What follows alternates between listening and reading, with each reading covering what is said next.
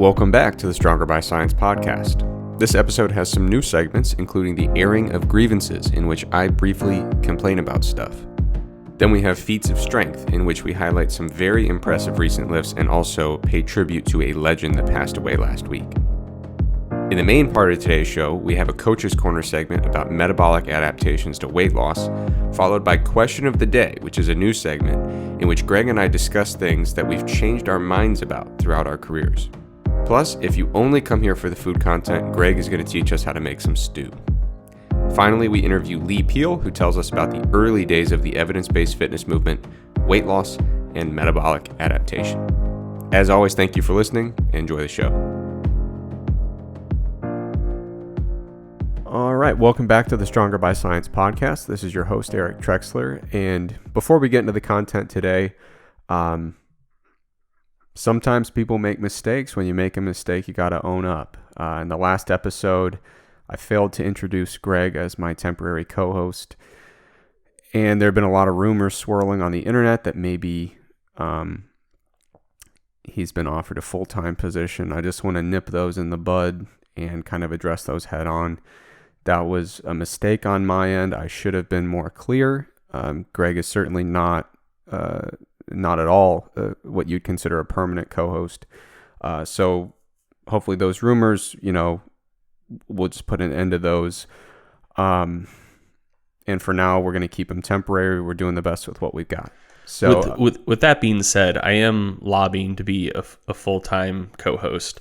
So if you would be interested in me staying on as the co-host of the Stronger by Science podcast, it would behoove everyone listening to this to shoot Eric a message on Facebook or Instagram. Please turn all of his inboxes, wherever you may find them, into a complete hellhole, showing overwhelming support for keeping me on the show. Actually, probably a better way to do that would be go wherever you get your podcast, make sure you like it, leave a review, and in the review, you can let us know who the permanent host should be. I think Dwayne Johnson would be a very good option, but he doesn't seem to answer my emails. I think he's been on vacation. He got married recently, so when he gets back, we'll see. Oh, good for him. Yeah, we're all very happy for him. So I haven't seen video of that wedding, but if her wedding vows didn't include the line, "You are my rock," that marriage should be annulled. I think there's got to be some kind of legal precedent by which it'd be completely invalid from the start. One would hope. Yeah. All right, Dwayne, check your email. Talk to you soon. Congratulations. Okay, so before we get into the feats of strength, I have a segment that I'm calling the airing of grievances. That is absolutely stolen from Seinfeld. So here's the thing. So Greg he'll never admit this, but he's one of the hardest working people I know. During his master's degree, he was a full-time student. He was running a study. He was running 2 businesses. He didn't have a lot of time to train. And so, Greg, if you follow him on Instagram, he's back in the gym lately. And he's essentially back to PR strength levels. You low bar squatted, 600 for 5 the other day? 605 for 5. 605 for 5, which I believe is that is a PR? Yes, 600 was my old PR. Right. So Greg, in a matter of weeks, is back and ready to go. And when I say he was took some time off training, I mean he did not see the inside of a gym for... You maybe worked out 4 times over a 12-month span, maybe? Yeah, I think I got 9 training sessions in over 2 years. Right. So that's not a high...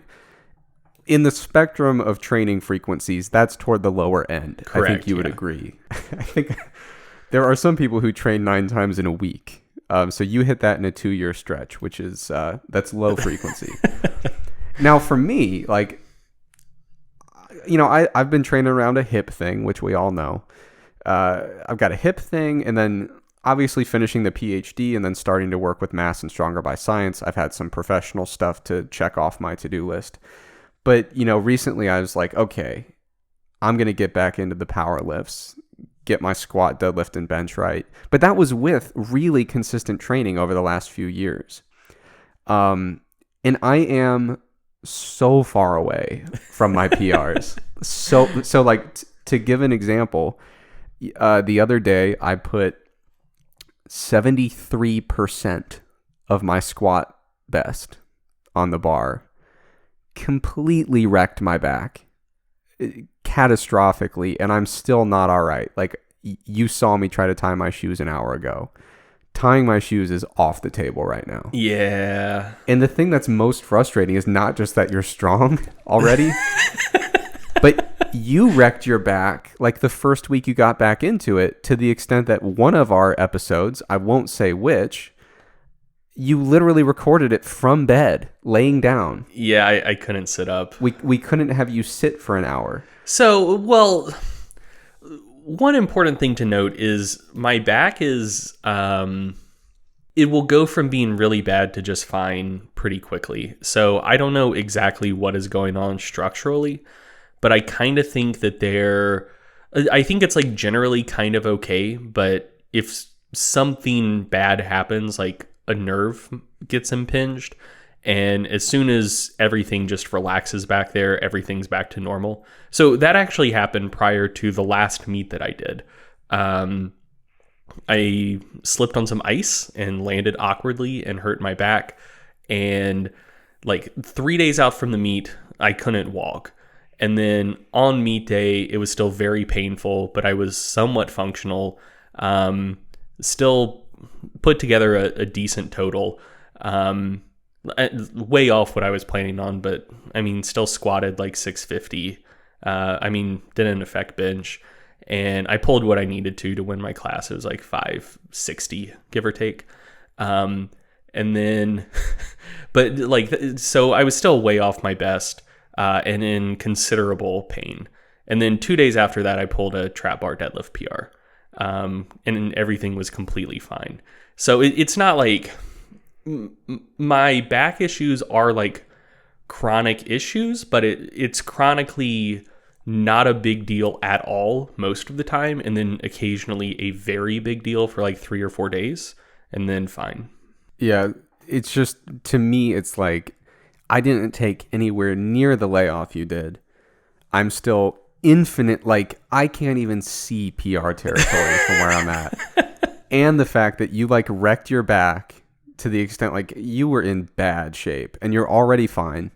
And my back, when it happened, was not that big of a deal. There was never a day where I like couldn't sit, but it just isn't getting any better. And so I'm just generally upset, frustrated, mad, and jealous. Okay, so let's move on to Feats of Strength. So several cool things happened this week, or not just this week, but just kind of recently. So Kaylor Woolham recently deadlifted 400 kilos conventional. So Kaylor has the deadlift world record in the 110 kilo, 242 pound class, if memory serves. And it's like, should have looked it up before we started recording, but it's something like 420, 430 pounds, like somewhere in the low to mid 900s. And the reason I wanted to point this out is Kaylor gets a decent amount of hate for his sumo deadlifts, because if you wanted to build someone who was perfectly built for the deadlift, they'd look a fair amount like Kaylor Woolham. And especially with the sumo stance, a lot of people get bent out of shape about sumo, and they're like, dude's not even that strong. Like, he just has long arms and the cheaty sumo stance and blah, blah, blah. But like, if you deadlift 400 kilos, which is 880 pounds conventional, like, you're a strong fucking dude. And this is something you see with really good sumo deadlifters for the most part. So I think people get upset when they see a really good, efficient sumo deadlift, because a good sumo deadlifter makes the sumo deadlift look so easy. And people see that, and if they aren't built as well for the sumo deadlift, maybe they don't have the hip mobility for it, they see it and they just think, man, if I was built like that person, I could sumo deadlift an infinite amount. But I can't think of a really good sumo deadlifter who isn't also quite strong conventional. Like, Kaylor wouldn't be the world record holder in his weight class if he pulled conventional, but he'd still pull 400 kilos, which is a ton of weight. Like most really good sumo deadlifters can still pull at least 90% of their best sumo deadlift conventional. So yeah, big milestone for him. Really good lift. Wanted to put that on the list. So on the subject of someone who is a very good, very efficient sumo deadlifter, Yu Rin recently posted a video of himself deadlifting 815 pounds. He is an 83 kilo lifter, I believe competing in IPF affiliates. And he has the record in that weight class, which is 340 kilos, which is like 749 pounds. So he's, training on a gym bar with standard plates, with the thinner kilo plates and IPF competition bar. Who knows what that 815 will translate to, but for a lifter that size, 83 kilos, deadlifting 815, also, he makes it look like a joke. And recently he also posted a video pulling 775 for a triple. So, when I talk about sumo perfection, like, Jesus Christ, his sumo deadlift looks incredible. So that's number 2. Number 3 is, I'm thinking at USAPL Nationals this year, the 83 kilo squat record for the men is going to get absolutely destroyed. So the current record is held by Russell O'Ree. I believe it's 690 pounds, which is a large number of kilograms, like 315, give or take. So anyway, like, that was at Worlds last year, and that was a very, very challenging looking lift. So Russell in the gym recently squatted 696 and made it look super easy. So over his current world record, made it look like an empty bar. Also squatted 675 for a triple. Also looked fairly comfortable. So he looks like he's primed to break his own record. The sleeper in that class, though, need to give a shout out to my boy Jamar Royster. Trains at Spider Strength Gym, same place I work out. And so in like the 2 years that I was out of the sport in grad school, I didn't realize how fucking strong Jamar got. So the last meet I did was Jamar's first powerlifting meet. And he had a background in bodybuilding before that. Like, you see the guy and, like, he's strong. But it was also somewhat obvious that he wasn't tremendously comfortable with powerlifting yet. Like, his technique was good, but he didn't quite look comfortable hitting 1 rep maxes yet, which is pretty standard for people who make the switch to powerlifting. But I mean, even then, he was competing at 181, and I think he squatted either like mid to high 5s or maybe low 6s. So he obviously had the talent for it. And so I get out of school, move back to Raleigh, see Jamar, and holy shit, this kid's gotten strong. Recently, he pause squatted 639 for a triple and squatted without a pause 672 for a double. So I think Russell still squats more than him, but I also think Jamar, one, is going to give him a run for his money. Like, don't sleep on him. Dude is a sleeper pick in that class. But also, it's not going to surprise me if there's multiple people who squat 700 plus at 83 kilos at USAPL Nationals this year, which will just be insane. And then my last feat of strength for the day, I think this happened maybe like 3 or 4 weeks ago, but I just recently heard about it. So I'm going to butcher the last name, but Lasha Talikadze, Georgian weightlifter, super heavy, currently the best super heavyweight weightlifter in the world, and arguably the greatest of all time. So inarguably, based on the numbers he's actually put up, he has the highest competition total in weightlifting history.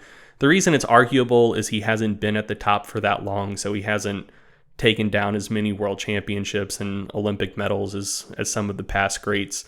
But I recently saw a video of him snatching 221 kilos, which is that's like 486 pounds, I believe.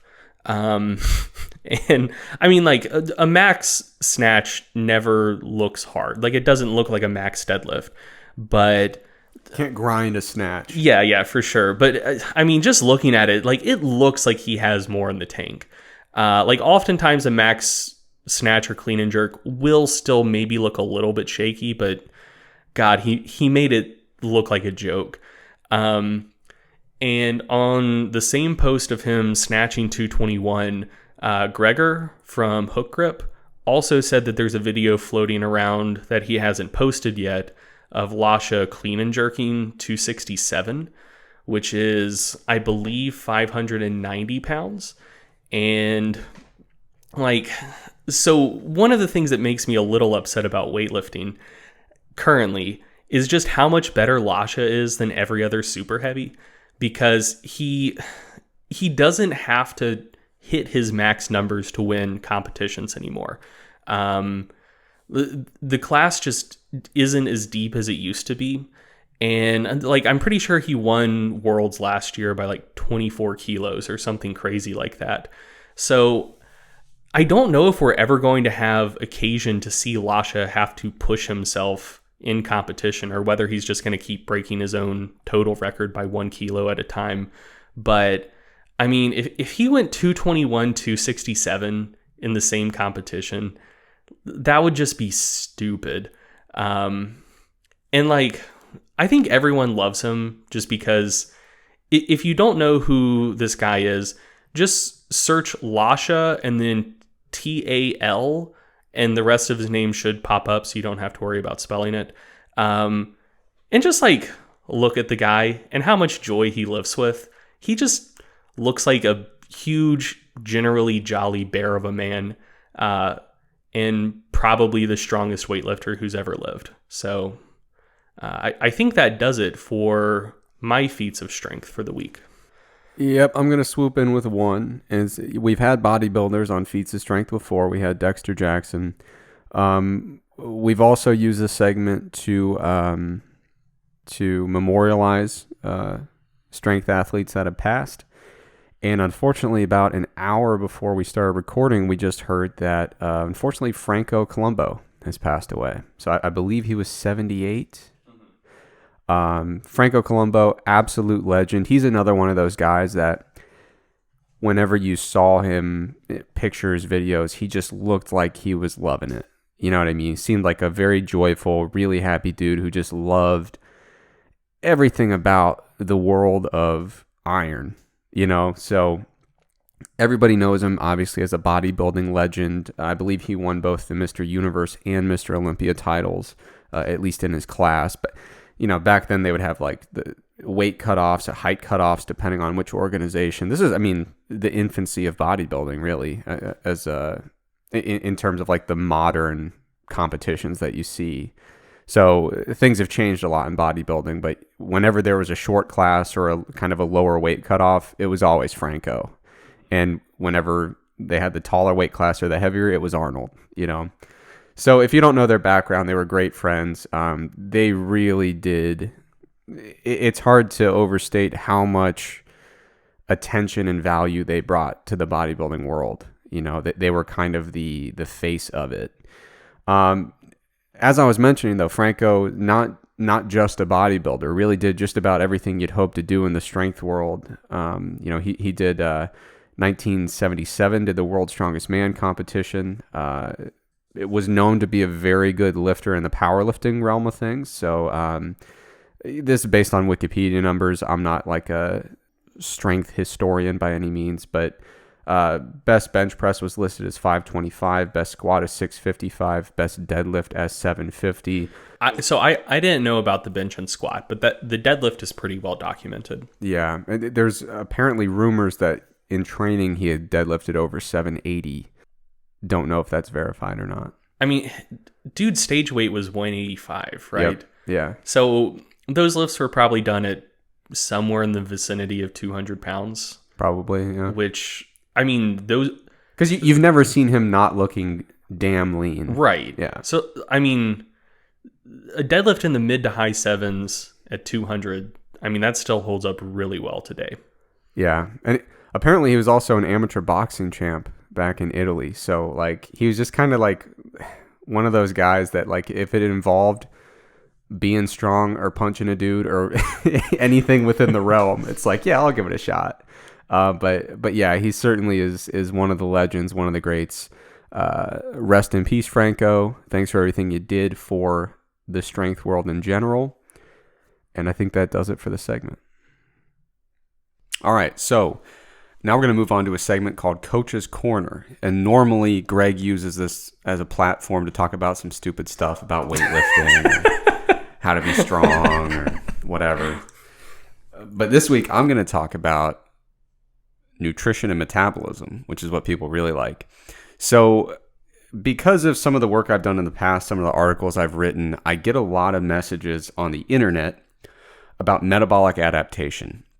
So basically the whole mess of hormonal changes and changes in energy expenditure that happen when you start reducing your caloric intake and losing weight. And so on one hand, I definitely empathize with it because I've been there. And it's weird when you start losing a lot of weight for the first time. You can kind of feel that your hormones are changing and you feel different. And it's a little bit troubling at first because you don't feel great. And you also notice that your caloric intake is starting to get really low. And you start to worry a little bit, like, how low is this going to have to get? But sometimes when I get these messages, even though I know where they're coming from and I empathize with them, I kind of feel like I'm in the hull of a ship in the year 1690. And I'm the doctor and they're asking me, like, is it scurvy? Like, we don't really know what it is or what to do about it, but it's definitely going to be terrible and you're probably going to die. Like, it's treated like this binary thing. Like, have I caught the metabolic adaptation? And if so, am I screwed? And people want to know, like, am I screwed? Is it normal for my calories to be this low? And how low are they going to have to get for me to actually get as lean as I want to be? And the answer is, like, I don't really know, because there's a lot of variability to consider. But I think the best way to illustrate the point is with some numbers.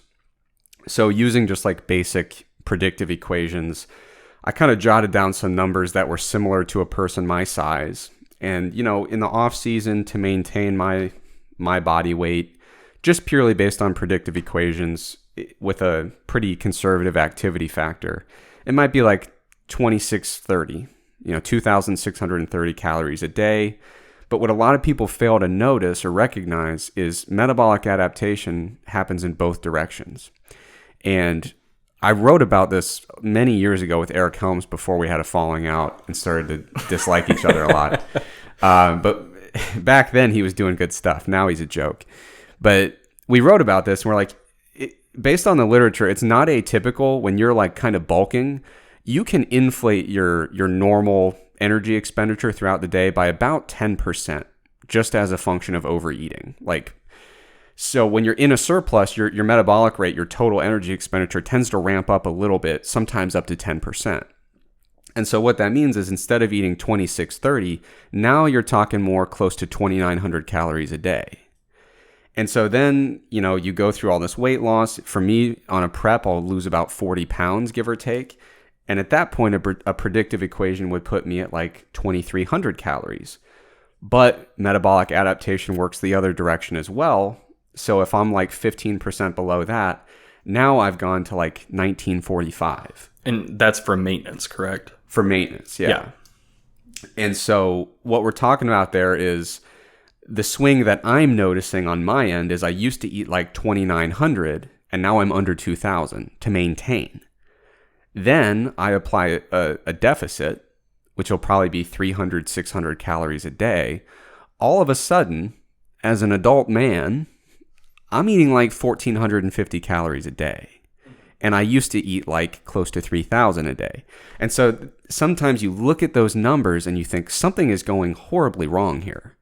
But in reality, all we have to do is factor in a little bit of variability, a little bit of shifting in either direction, whether you're bulking or cutting, and these numbers get a lot less scary. These are the reason I write about metabolic adaptation a lot is because it's important to plan for. A lot of people think, oh, well, I'm maintaining at 3,000 calories. I'll just cut 500 calories and cruise on into competition. Yeah. Or maybe I'll have to drop another 200 later. It's almost like a lot of people notice that there's almost a dead zone when it comes to the calories they can maintain on, where, if you try to go into a really conservative deficit and maybe cut your calories by 100 a day, just nothing happens. Yeah. Or same thing if you go into like a really small surplus. So there is like I think people use the word only a lot when they implying that something is negligible when it actually isn't. So when the whole thing about starvation mode was huge back in the day, and people were like, oh, if we look at the Minnesota starvation experiment, we see that excessive metabolic adaptation was only another 15%. But the thing is, when that's 15% from, a baseline that was already used to be higher because you used to be bigger, you're talking about a lot of calories there. Right. And so, like, to put those numbers into context, if I purely looked at what should my intake have been to maintain at my starting weight versus my ending weight, with none of those adaptations mixed in, that's a difference based on the estimation equations of like 342 calories. But when you build in the 10% upward from bulking and the 15% downward from the more classical metabolic adaptation, that gap of 342 becomes a total gap of 948. That's a lot. Yeah. That's a big number. And so that's kind of why I like to write about metabolic adaptation. It's not something to be afraid of. It's certainly not insurmountable. There are ways around it. And it's better to plan for it than to be blindsided by it. But this is why people get into these situations where they're like, I absolutely cannot explain this discrepancy in my weight loss. And it's like, well, we've failed to budget in these pretty sizable fluctuations in both directions. And another thing to keep in mind that makes it even more challenging is there's been researchers have estimated that two individuals the same body size, their non-exercise activity thermogenesis, just based on the lifestyle they live, can vary by up to 2,000 calories per day. Whew. Now that's extreme. That's like the maximal kind of range.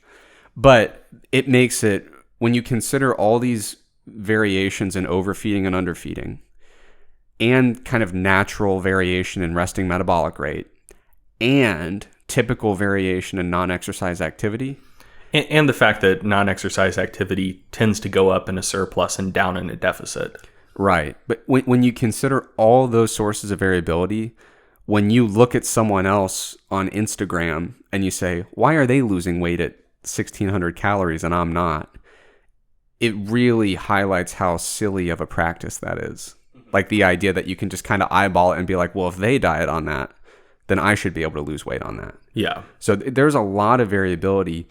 And in episode 14, in the interview portion, we've got Brandon Roberts on, and he just did a competition like last week. And I asked him, I'm always curious, like, how bad did it get here? You know, like, I never want to ask like, hey, how's training? I'm always like, how shitty has this gotten? And at his lowest days on his diet, he said he was around 1,300 calories. Ooh, buddy. Brandon's not a small guy. Yeah. And so like every now and then I'll get a message from somebody who's like 40 pounds lighter or 30 pounds lighter than Brandon. They're like, is it possible I'll have to go under 1,500 calories? And I'm like, oh yeah. Yeah. You know, like it's not great, but that's the way it goes. I mean, unless you're just doing a tremendous amount of cardio. Right, which I would argue is a much less pleasant experience. You'd rather just cut the calories. I wonder how many people do a bunch of cardio just so they can like flex about how many calories they're eating on Instagram. Hopefully none, but probably a lot. Yeah. Yeah.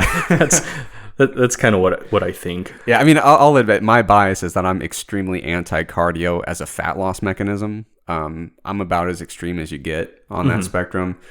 But in any case, the reason I bring this up if you're someone who is worried about metabolic adaptation and you're wondering, do I have it?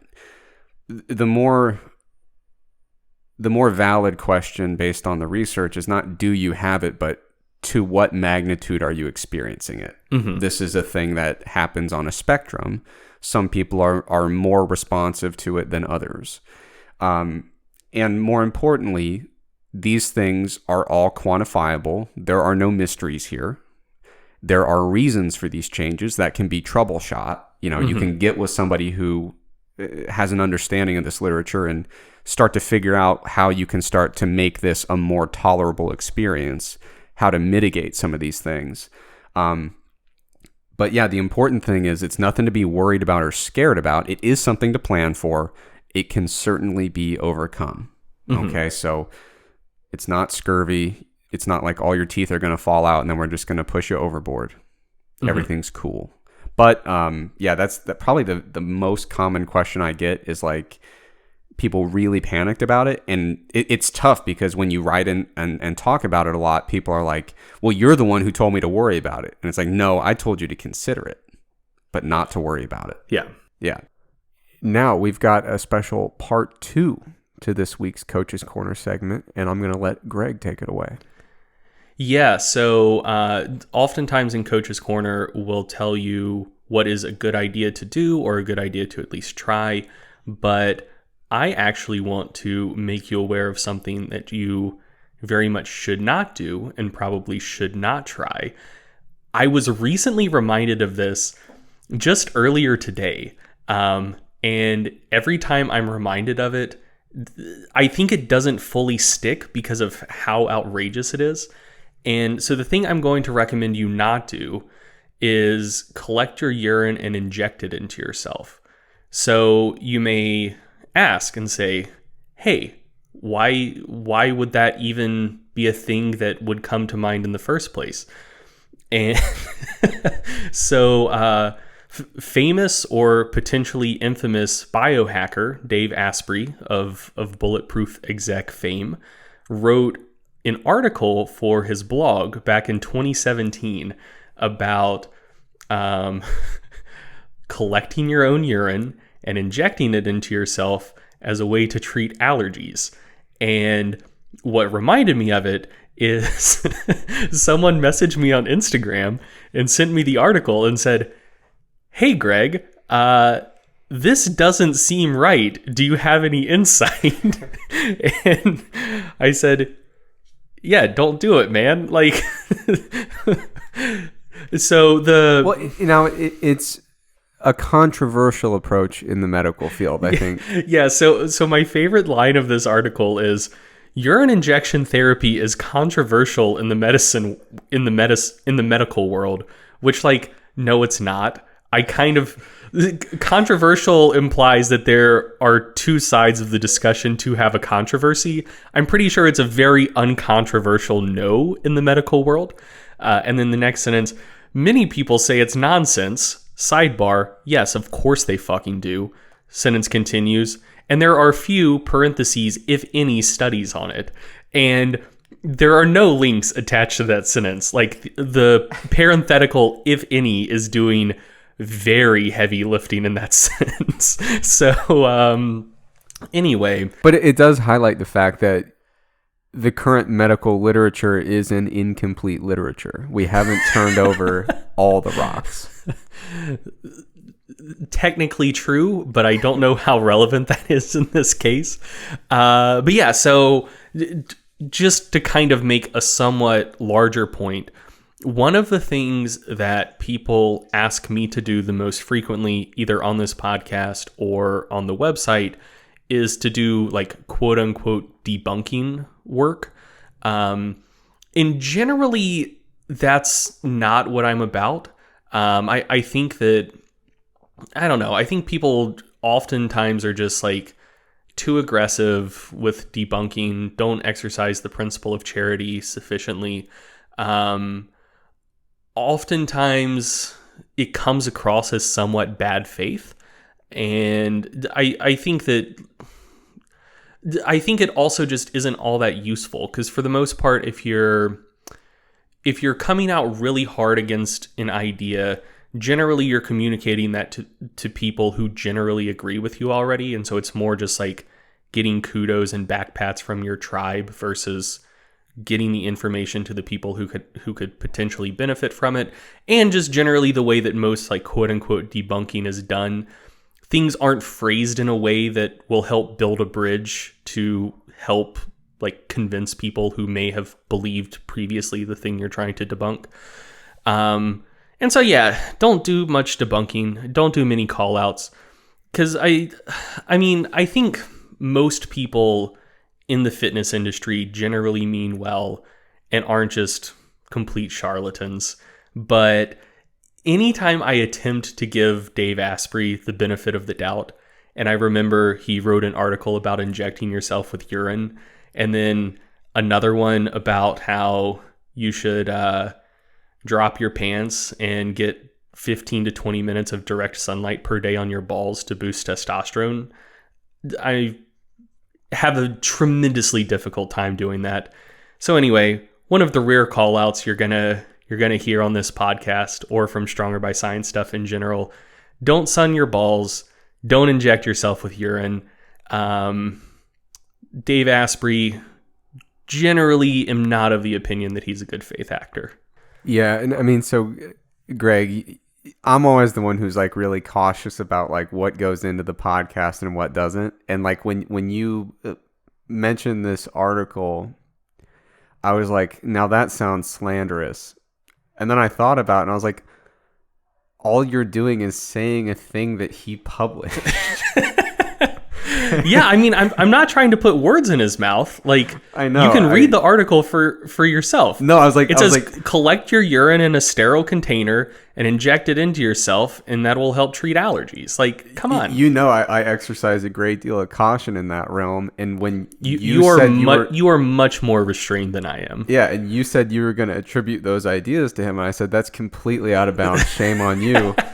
And then I realized all you're doing is bringing attention to an article that he purposely put his name on. Yeah, and the thing is, before I was going to talk about this on the podcast, I went to make sure that like, oh, maybe he put a correction in the article, maybe he delisted it or something like that. But no, like, fucking thing's still up there. There's nothing to indicate that his views on this have changed. And I mean, so my opinion is that he is probably a bad faith actor. I will leave open the possibility that he's not. And maybe he is just that gullible that he legitimately thinks that, you know, fuck allergists, fuck modern medicine. There are like sterile, well-tested allergy shots, which I will note, I have a lot of experience with. Like, I spent 8 years of my childhood getting allergy shots like 3 times a week. It made a huge difference to my life. Like, it works, and it's medicine because it's well studied. And essentially what he's proposing with urine injections is the same concept as allergy shots. Like, expose yourself to something you may be a little allergic to, you'll produce antibodies, maybe some of those antibodies will collect in your urine, and then you can inject that into yourself, which is kind of the same thing you're getting with allergy shots, like gradual exposure to an allergen to like hopefully decrease your body's response to it. But like, you can get the same thing without injecting yourself with piss. And usually, like, if you don't know what you're doing, it's usually a good idea. You shouldn't be injecting yourself with anything. Yeah. You know, leave that to the pros. Yeah, I mean, like, yeah, injecting yourself with something is really like the nuclear option when it comes to experimenting on yourself. Yeah. Because unless you eat something that's incredibly toxic, your liver protects you from stupidity before stuff actually gets into your blood and general circulation, right? Like, you have the barrier of your intestines, like stuff has to be absorbed. It's going to go through your liver. Hopefully, like if something's really bad, a decent amount of it will get metabolized on the first pass. But like, if you're putting something straight into your blood, you better know for damn sure what you're doing, because you're taking out like 2 or 3 lines of your body's built-in safety precautions against fucking yourself up. Like, yeah, just the idea of injecting, disregard the fact it's urine. Like, unless you're a doctor or you have clear instructions about exactly how much to inject in what way of something, like how to do it. Yeah, like maybe you get maybe you do like daily intramuscular testosterone injections for like TRT, or maybe you use insulin stuff, or maybe you have an EpiPen. Like, those are things that it's a fixed dose of something that you have a prescription for, that you have been trained to do. It's not just fucking willy-nilly piss in a cup, draw it up in a syringe and hope for the best. Like, that's so outrageous to me. Yeah. And the thing is, it's probably in general not that dangerous, because as Rip Torn said in Dodgeball, do I have to drink my own urine? No, but it's sterile and I like the taste. The only part of that I wanted to draw attention to is it's sterile. So generally urine is sterile. So like, that kind of helps, I guess. But then if you get a fucking UTI, it's not sterile anymore, and you're just injecting shit into yourself. It's dumb. It's so dumb. And the more I think about it, it's a waste product. Yeah. It went out for a reason. Man, Eric, have you come across the people online who think that urine is like a wonder drug? No, I don't. If I could do my job without having to actually go on the internet, I would. So those people exist. And I'm not trying to attribute this to Asprey. I don't think that he's one of these folks. But there are people who believe that one of the healthiest things you can do for yourself is collect and reconsume your own urine. And so one, I'm just putting that out there because if there's a pseudoscientific belief that is ripe for people to like make jokes about online, I think that's a good one. Like flat earth, yeah, it's funny, but like that's fucking played out. People have been making flat earth jokes nonstop for the last 2 or 3 years. They were funny at first, now they're just old. Anti-vax stuff, also crazy, but also I have a hard time finding it funny because, you know, there could be kids dying of easily preventable diseases. But drinking your own piss, that's funny, and it hasn't been mocked as much as it could/should be. So I'm proposing that the next time you're on Facebook or Instagram and you want to make a flat earth joke, make a piss drinking joke instead. Yeah. I also like that within this you brought up the idea of just like jumping off the top rope and saying like a very obvious thing to dunk on a stupid idea. Mm-hmm. Like the debunking kind of culture of like the feeling I get. I don't get this nearly as much as you do, but if someone were to like hit up my inbox and be like, hey, people are being wrong on the internet, go dunk on them. I'd be like, dude, I just don't. To who is this productive? These people feel very strongly about this thing. Just about everybody that's not in that camp knows that it's a really dumb idea. Mm-hmm. So I don't see the utility of me jumping in there and saying, hey, did you know everyone in the world disagrees with you? And then they say, yeah, it's because the world's wrong.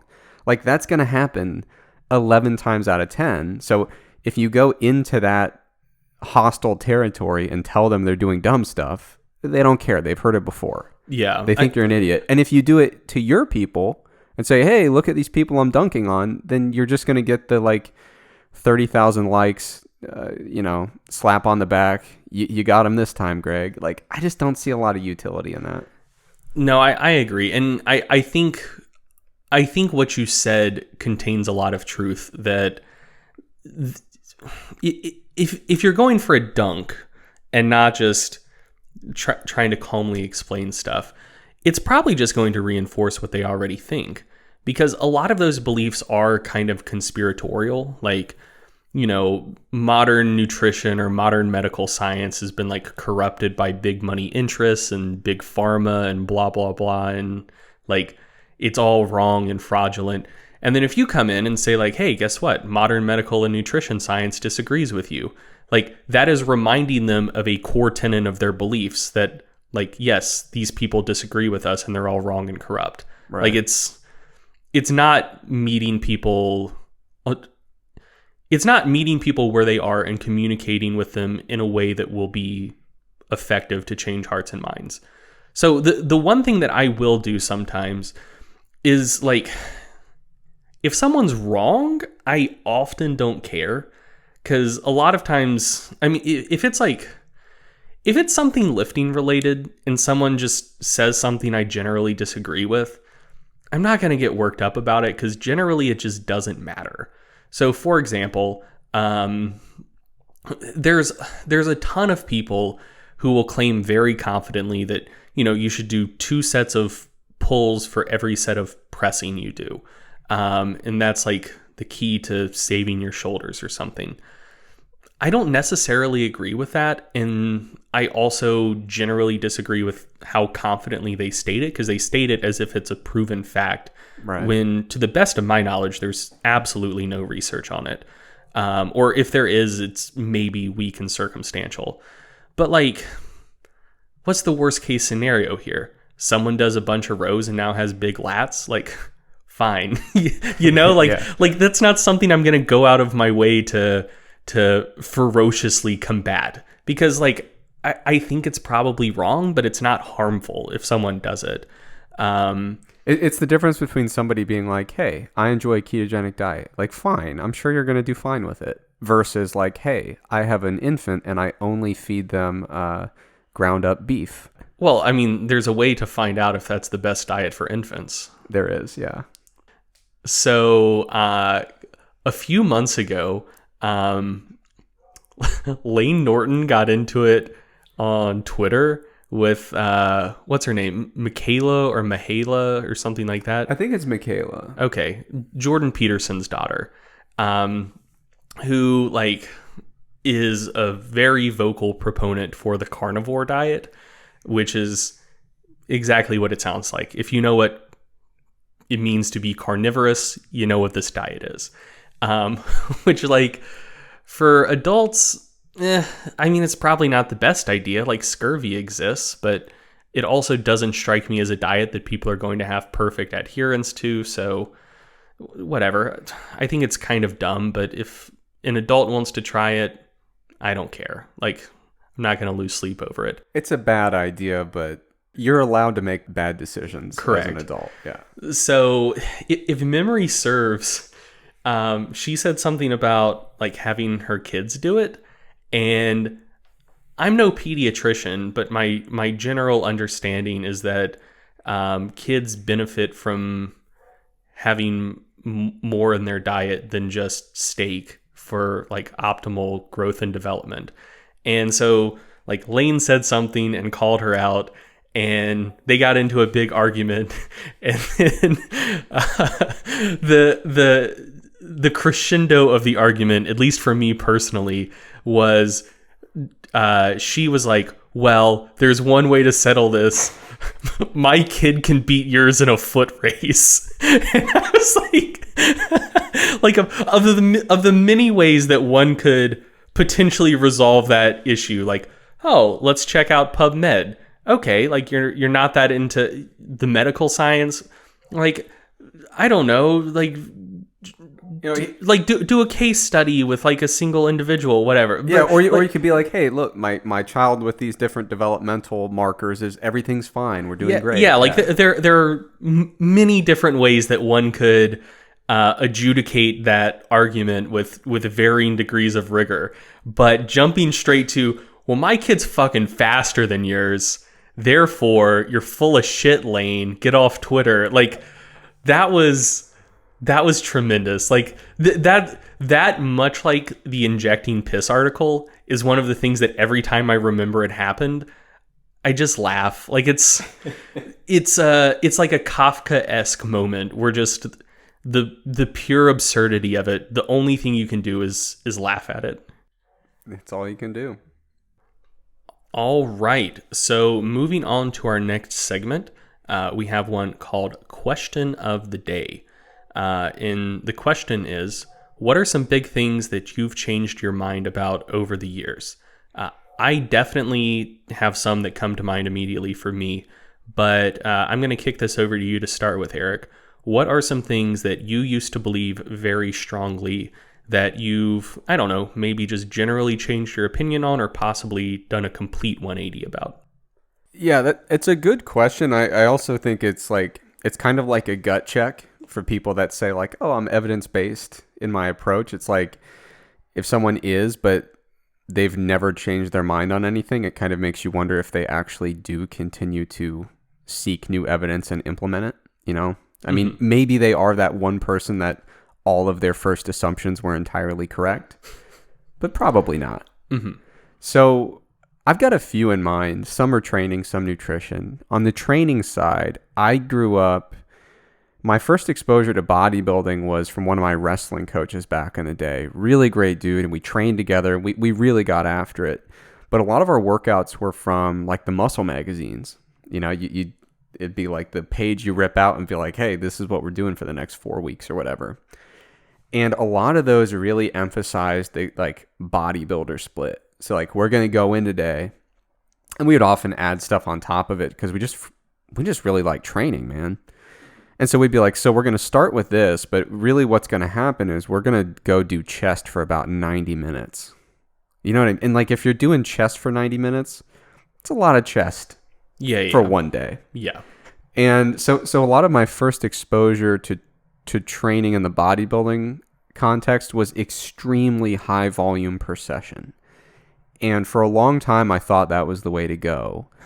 And it's easy to lead yourself down that path because you walk out of the gym and you're like, you know, you do a 90-minute arm day. You're like, I'm not going to be able to like zip up my jacket tomorrow. Yeah, you don't have any proof that it was an effective session, but you have ample proof that you did some shit to your arms. Yeah, like, you're like, something happened. Yeah, you walk out of the gym, you are completely wrecked, and you're like, that seems like it should have been effective because I can hardly move. But you know, the more that I train in different methods and the more that I obviously look at the literature on training, I think that there's absolutely I think there's a pretty steep cliff there when it comes to diminishing returns within a session. And you've brought this up before. I forget when we were chatting about it. It may or may not have been in front of a microphone. But it was for a audio roundtable for mass. Yeah, for mass. But it is one of those things that is a really important consideration for the literature looking at how much volume is quote unquote optimal within a given week, is whether or not that's happening in one session or spread throughout several. You know, because 30 sets for a muscle group looks very different if you did that on Wednesday versus if you did 10 sets Monday, Wednesday, and Friday. Those are two very different stimuli for training. So in any case, my within session volume over the years has really fallen. It's really dropped quite a bit. And my training frequency has picked up a little bit. Sometimes in more extreme ways, like currently I'm doing like full body workouts at least, 3 to 5 times a week. But even, transitioning from a pure bodybuilding once a week split down to like a push-pull legs or an upper-lower kind of split. That's about as split out as I get these days, is maybe doing push-pull legs, but going really training 6 days a week so that I'm getting everything twice a week. Another thing is meal frequency and peri-workout nutrition. I used to be of the mind that you got to eat as frequently as possible. And, right before the gym, right after the gym. And aside from just being a really annoying way to live as a person, like, I think I told you sweet potatoes were ruined for me. I couldn't go near a sweet potato for like 3 years because my first bodybuilding diet, sweet potatoes were like one of my main carb sources, obviously, because it was, traditional bodybuilding diet. And I had to eat frequently, and I had a cadaver anatomy course. This is when I was an undergrad. Oh yeah, And you told me about this. so I had to always, like, it was a long lab. And so I would have to sit in the hallway of the cadaver lab uh, and eat my sweet potatoes. And like the whole building just reeks of formaldehyde. So like in my mind, I could not separate the taste of a sweet potato from the smell of formaldehyde. Those two were intrinsically linked for years. Thankfully, I've gotten over that, and I can dive into some sweet potato fries, which is a big thing for me. But yeah, the meal frequency, it's a really inconvenient way to live, and it completely it's really not representative. We like to believe we have this perfect control over the time course of like when amino acids enter our bloodstream and when they peak and when they need to get spiked again. I think we delude ourselves into thinking we have a lot more power than we do in terms of meal timing. Generally speaking, I think if you're lifting hard, at least 3 meals a day, it might be nice to spread them kind of evenly, but even like the 8-hour feeding windows in time restricted feeding studies seem to be fine. So I've really come around on meal frequency, and I used to be like, oh, at least 5 or 6. Now I'm like, at least 3. And can you get away with time restricted feeding or intermittent fasting? The evidence, it's not a large body of evidence, but it would suggest yes. One of the things that's striking to me is, so like, I thought the same thing as well, that like small frequent meals were kind of a key. And one of the things that's striking to me is going back and looking at fitness information from the 90s and early 2000s. The thing that strikes me is how strong that take was. So if you read basically any bodybuilders or any fitness person's takes on, you know, what it takes to lose fat and build muscle, that was like the first tip anyone would give. So it wasn't a given. Yeah. Yeah. It wasn't like, yeah, first thing you need to do is, you know, make sure you're eating enough protein and your calories are in line. It's like, first things first, buy stock in Tupperware, buy fucking 40 pieces of Tupperware. If you're not eating 8 meals a day, why are you even trying? And then once you have that, you know, big thing locked down, then maybe look at protein, you know, like that's how it was presented, which in hindsight is wild. But I think that's why you, me, and everyone thought that meal frequency was so big, because it was unquestioned as like the most important thing. And I think since everyone who had credibility was saying it, I think everyone just kind of went along with it. Yeah, I mean, there was no pushback on that whatsoever until intermittent fasting kind of came around and became a thing. So I think that's been a really, like, I don't think intermittent fasting is like the be all end all of nutrition, but I do think it was helpful to have that conversation kind of shift way toward the other end of the spectrum so we could kind of recalibrate how we view meal frequency. And that's another example of like sometimes weighing like whether somebody's necessarily correct versus doing something harmful. That's another thing. Like if someone tells me about their meal frequency, there's so much wiggle room in terms of how you can make a good diet work. Like if you're telling me that you have 8 meals a day or 2, I don't view any of those as being absolutely catastrophic. Whereas like back in the day, if you told me, yeah, I only have 2 meals a day and they're kind of close together, I'd be like, dude, you are out of your mind if that's what you're doing. Now I'm like, okay. It might not necessarily be perfect, but you're fine. Mm-hmm. And that kind of leads me to another thing on the view on the nutrition side of things. I used to really get caught up in like overly mechanistic views of nutrition. And while they are very appealing, especially to people who are drawn to very nuanced approaches in their training and nutrition, like sometimes people really enjoy getting way down into the details, and I understand why. But when it comes to nutrition, I've definitely shifted more toward comprehensive views versus overly mechanistic views of how we eat. And the reason is the more that you follow each trajectory of like, hey, here's this thing that we should go in and tweak, like a very specific nutrient or even down to like metabolites of particular amino acids, the more we follow those, they more often than not lead to dead ends. So like a great example is, this is just a for instance, but we started to figure out, hey, turns out the branched chain amino acids seem to have something to do with protein synthesis, seem to be pretty good with muscle protein synthesis. And so then people go nuts about branched chain amino acids, and they say, actually, we could just take leucine and forget the rest of them. And we just take leucine, and then we're like, well, actually, there's like 3 different metabolites of leucine that might all be kind of cool, and we go down that road. And it's just like, the more we try to go down these really specific, very mechanistic viewpoints of like, how can we cheat the system and turn muscles on in terms of protein synthesis, I still think you take a step back and it's like, well, you have to eat enough protein and probably have at least a couple meals a day. And that's about as good as we can do. So I've gotten away from, I'll still follow them as it's interesting to look at some of these potential things where people say, hey, here's a thing we could exploit. And certainly we should always be open to that and start following the research where it leads.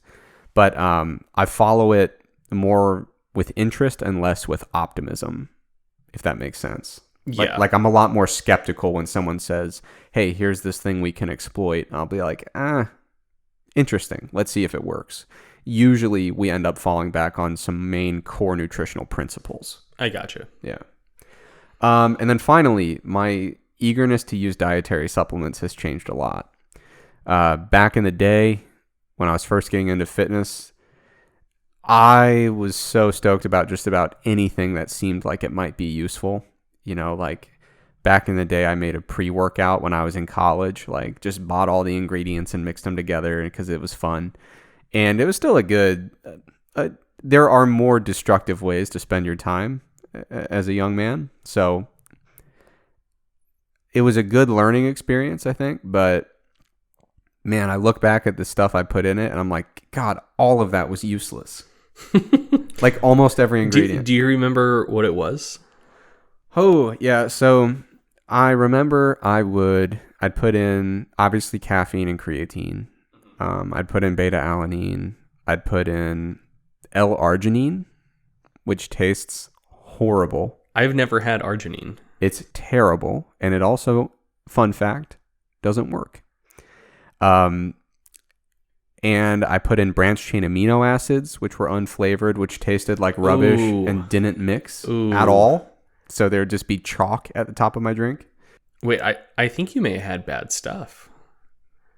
That's extremely plausible. Yeah, I think the solubility of branched chain amino acids is supposed to be quite high. Well, whatever I got was not doing well. Maybe it's because I was jamming so many powders into maybe that's just the last thing I put in. It was like, nope. Yeah, fair enough. Like this mixture is tapped out. Yeah, fair enough. But in any case, yeah. So I've become a lot more skeptical about dietary supplements. I keep my supplement rotation extremely slim compared to when I was young and optimistic, and you'd see the advertisement and you're like, well, it does say science is in there, and then you would just jump on it.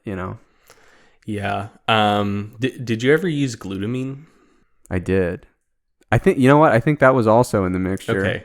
Yeah. So I had this kick for a while where, based on what I was reading in muscle magazines and on the internet, I thought that the key to getting a good training response was to spike your growth hormone.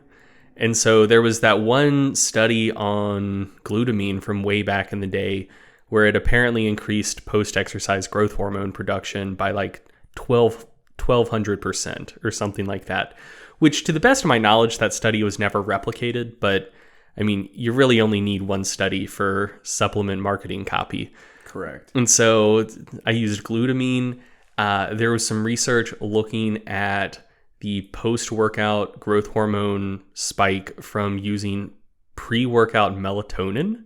I remember that, yeah. So I would take low-dose melatonin, which actually I think worked out pretty well for me. So I'm define low dose. Like 500 micrograms. Okay. So I'm just now thinking back about this. When I was doing that, I was sleeping pretty well. And I've read some stuff about melatonin suggesting that it's better to take it kind of in the afternoon,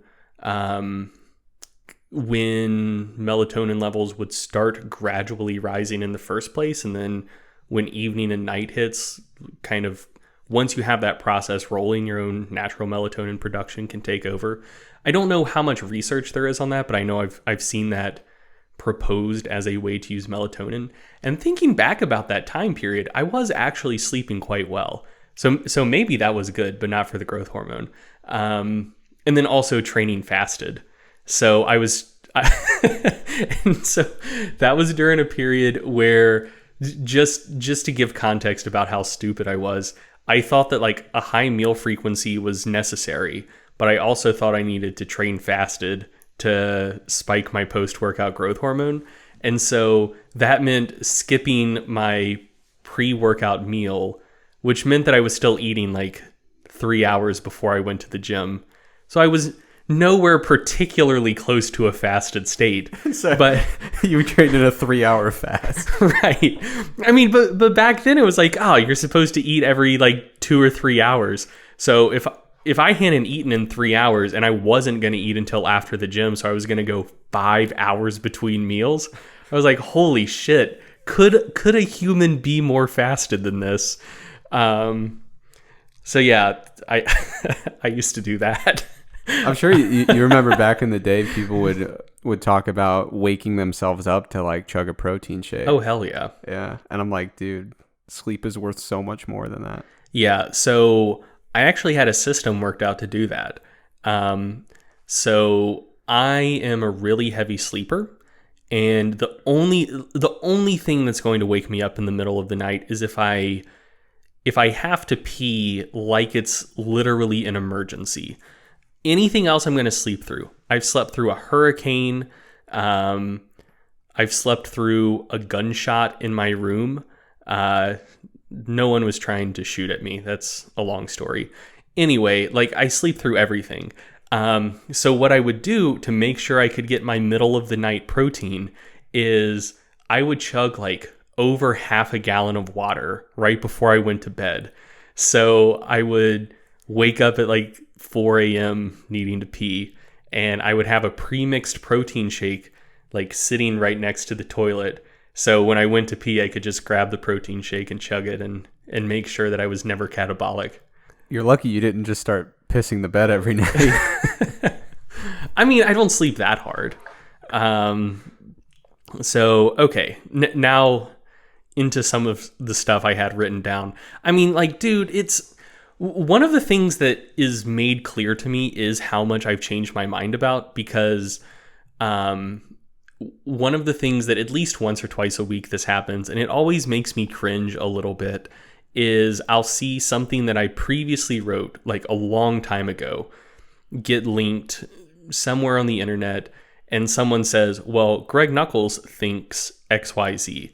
And it's like a present tense verb, like Greg Nuckols thinks or Greg Nuckols says, not, thought in 2011 or said in 2012. And then I go and look back at it and think, ooh, buddy, this ain't good. And I don't remember like all of the instances where that's occurred. And largely it's on sites other than my own. A couple of years ago, I went through Stronger by Science and made private all of the old articles that I really no longer agree with anymore. So like there's probably some stuff on the site still that I'm like, not sure I'm like super, super sure about that, but like my really bad takes I took off. Yeah. But anyway, so I've changed my mind about a lot of stuff. One of the big ones is I used to be super, super pro keto. And I think that this is one of the reasons why I am pretty tolerant of people who are wrong but not dangerous. I think the right thing about keto is that it's a perfectly viable dietary strategy for most people. I used to think that it was, magical. It was keto intermittent fasting. So it was like, no insulin, all of the growth hormone, hell yeah, gonna turn me into a fat burning, muscle building machine. In hindsight, like, no. But I mean, I thought that it worked fine. When I went back to a more normal diet where I was eating more than 2 meals a day and consuming carbs, it was better, but like the keto was fine. And like what eventually got me to change my mind was, exposing myself to more research. And I think if anything, I stayed stuck in that kind of pattern longer than I would have otherwise been, because a lot of the people I now agree with, like I came across their takes on social media and I was like, God damn, these people are assholes. Because whenever they would talk about keto, it was mostly in a very like condescending and derisive way. And I think that actually kept me doing keto than I would have otherwise, like for longer. Yeah. I feel like we've all been there though with keto. Yeah. And it's the hardest thing in the world because I'll try to give like a pretty even keeled, nuanced take on keto and be like, listen, it's probably fine generally, but like it's not better. And like that alone is often enough to set some people off, which is pretty wild. Yeah. So another thing I've changed my mind about several different times is training frequency. So much like you, I used to do a lower frequency. I got into fitness more on the powerlifting side of things than the bodybuilding side of things.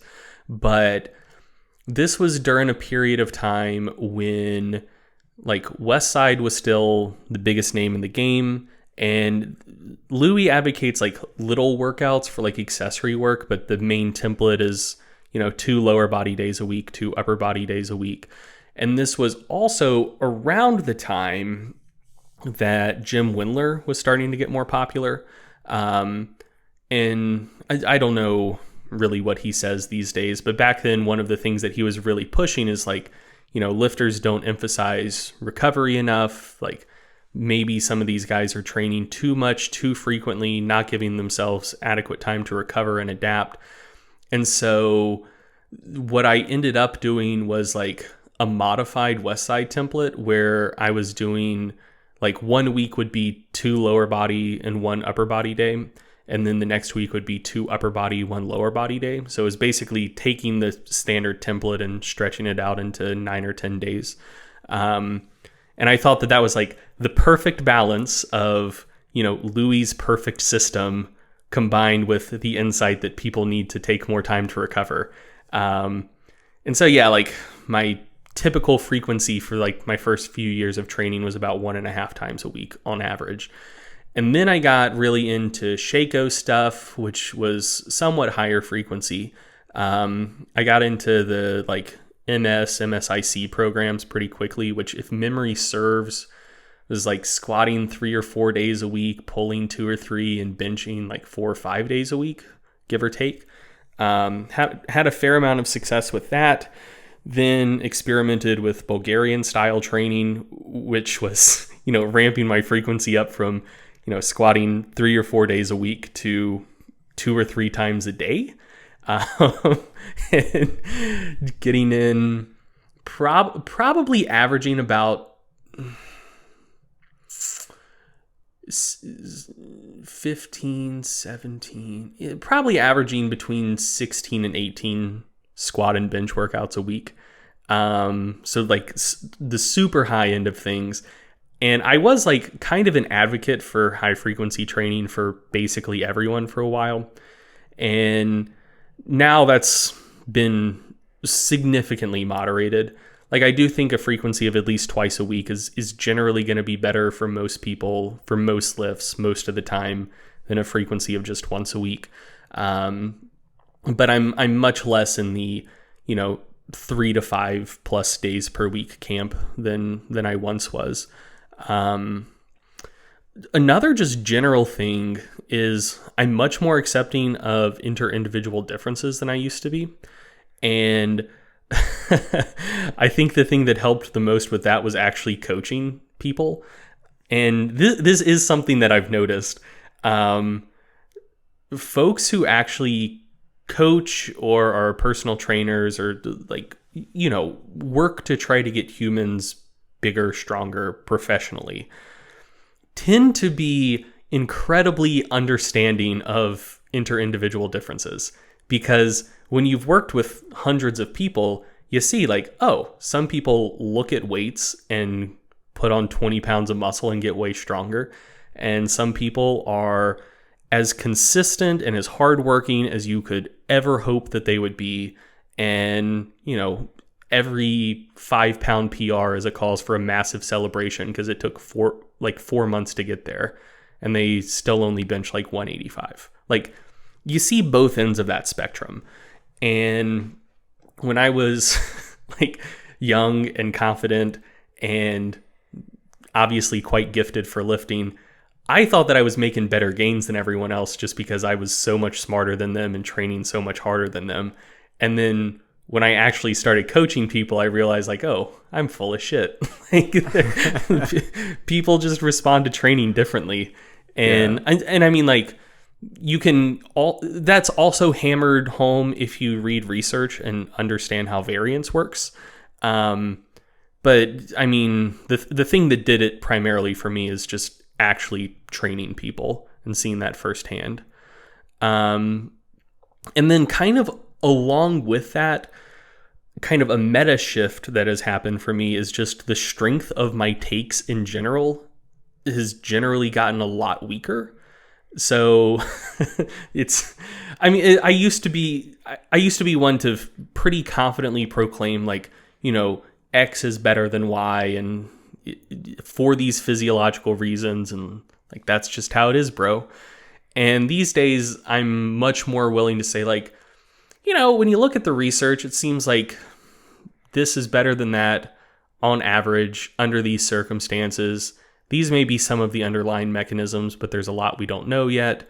And inter-individual differences are such that, maybe this isn't the best thing for everyone, but it's at least a good starting point. Which is it doesn't make for good sound bites, but I think it's probably a more intellectually rigorous and honest way to approach things. So like, I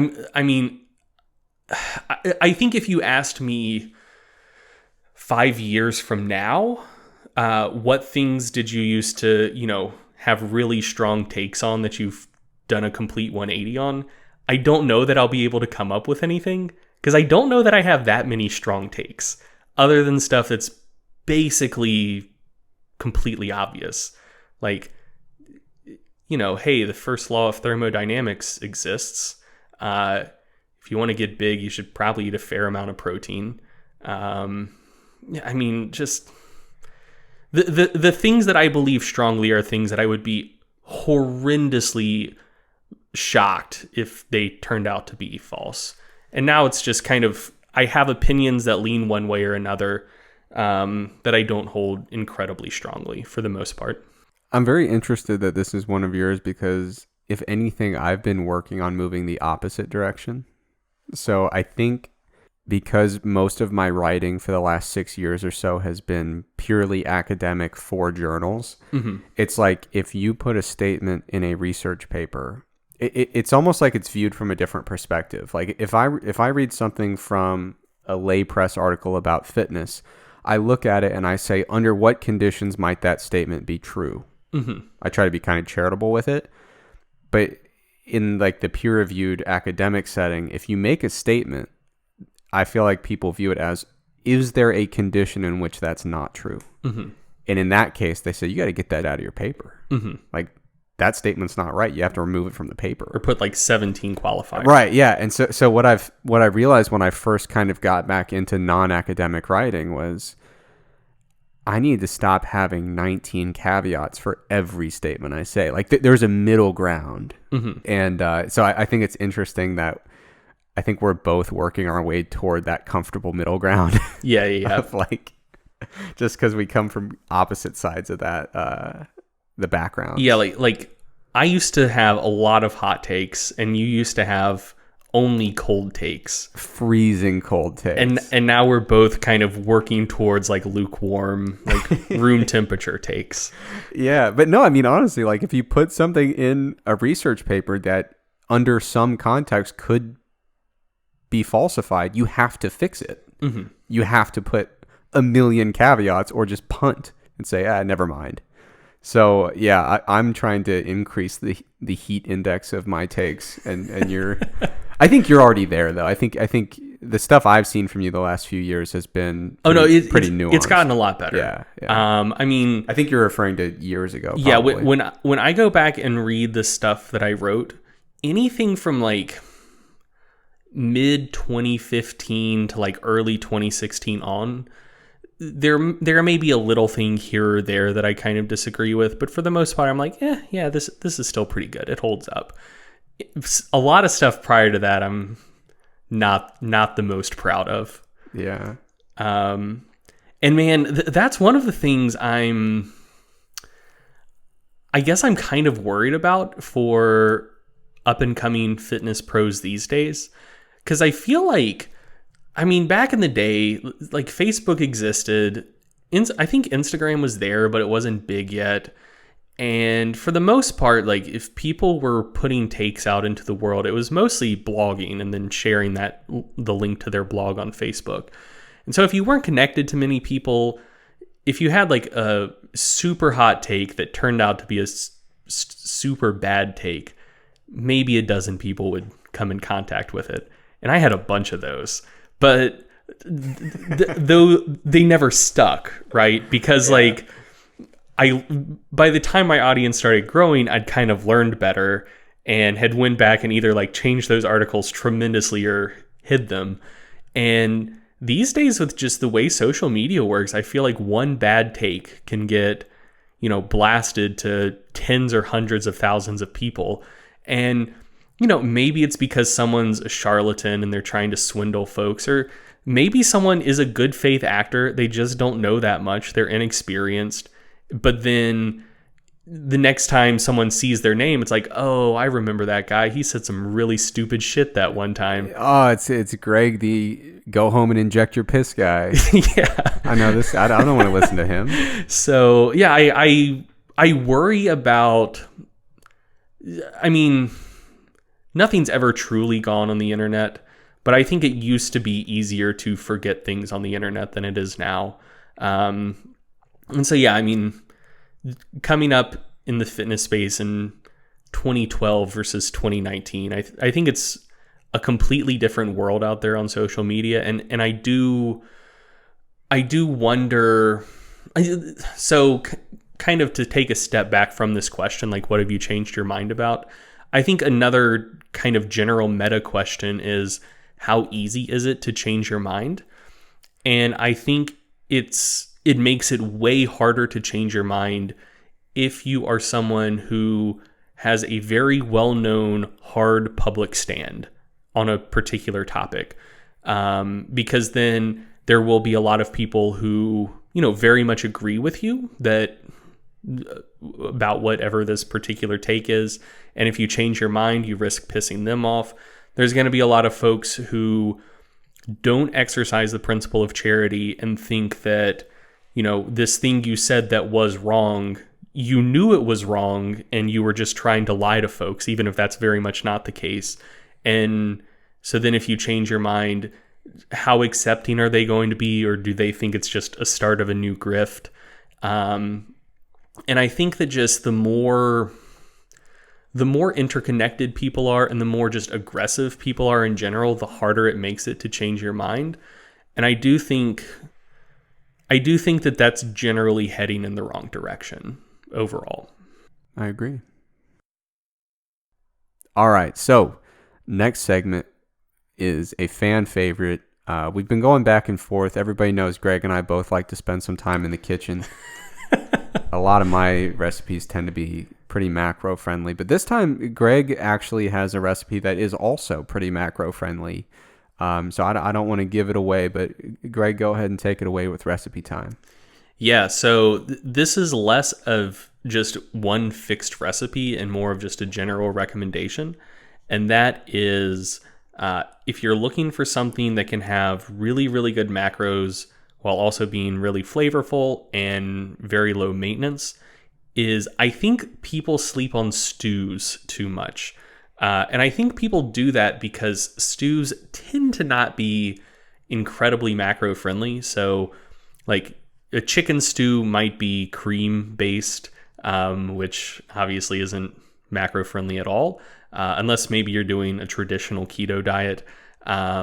Beef stew, you tend to use a fattier cut of beef like short rib or maybe chuck. Again, pretty fatty, so macros aren't going to be good. But if you use lean meat in a stew and just add extra flavoring stuff to kind of compensate for that, it still turns out quite well. So what I am eating this week is a beef stew. And like I said, generally if I was making beef stew and I was just trying to make it as delicious as possible, I would probably use chuck, about 20% fat. Fat helps lock in flavor. A lot of the delicious flavor compounds in food are fat soluble. So if you have more fat, it helps you gain and retain more flavor. But this week, what I did my meal prep with is London broil, which is very, very lean. It's like 96% lean, something like that. And it's the type of thing where it's around as lean as iRound, but I mean, iRound is just garbage. London broil is actually pretty good meat, but it's one of those things where it has so little fat that by itself, it's not going to be that flavorful if you just try to make roast beef with it. But you can throw it in a stew, gives you a ton of protein, and if you have enough of it, it still imparts a good beef flavor. So if you want to jack my recipe this week, how I made my stew, it was 800 grams of carrots, 600 grams of celery, 900 grams of onions. So that's kind of the basics that would be at the heart of an American or I believe also French style beef stew. To kind of add some more savory notes and ramp up the beefy flavor, I also put in about 750 or 800 grams of mushrooms and a ton of garlic because garlic is fantastic. Then I used about 5 pounds or about 2.25 kilograms of London broil. To thicken up the stew, I used half a cup of flour. So if you have celiac or you're gluten intolerant, there's probably other things you can use, but I mean, traditionally you just use flour. And so this I will note was a big ass pot of stew, and it only took half a cup of flour. So like per bowl, not very much, but flour is super absorbent, so you don't need that much to thicken it. 3 liters of beef stock. So generally I would make my own, but I just bought some from the store. So like it had collagen in it, but no fat, no carbs. And then really just whatever herbs you would like for more flavor. So I went with rosemary, thyme, and marjoram, but you can really do whatever you want. And then just salt and pepper to taste. I would recommend salting early in the process and putting in less salt than you think you would need, just because as it cooks down, the salt will concentrate. And so if you get it as salty as you want before it simmers down, it's going to wind up incredibly salty. And as something that's kind of optional, you will get more flavor in the finished product if you sear the meat beforehand. But so it kind of depends how obsessive you want to be with stew for health reasons. So there's some evidence that using high heat cooking methods on proteins will create compounds that can like promote oxidative stress in your body, maybe decrease insulin sensitivity a little bit. And so just generally if you wanted to consume meat as healthily as possible, you would go with low temperature cooking methods. So for more flavor, sear the beef. If you're just doing this to be super healthy, you don't have to sear it. It'll be a little less flavorful, but it'll still be good. And so essentially you just take all of that, you throw it in a pot. This is the low effort version. The high effort version is you might want to time when you put the vegetables in, because like carrots take a long time to cook thoroughly. Onions don't. So if you throw it all in at once, some of the vegetables will turn to mush. I personally like that. If you want to tin the stew more, though, you can kind of time when you put the vegetables in. But I just threw it all in at once. And then, just basically check back on it every hour or so. Keep it at a low simmer and give it a stir. And once the soup or stew sauce, I guess it's almost a gravy. Once it's as thick as you want, your stew is done. And so the macros for the beef stew I made per bowl is 68 grams of protein, 23 grams of carbs, and 13 grams of fat, which, those are tremendous macros. The difference between this beef stew and a beef stew that I would make normally is just the stuff that adds flavor. I put more of it in. So more onions than normal, more garlic than normal.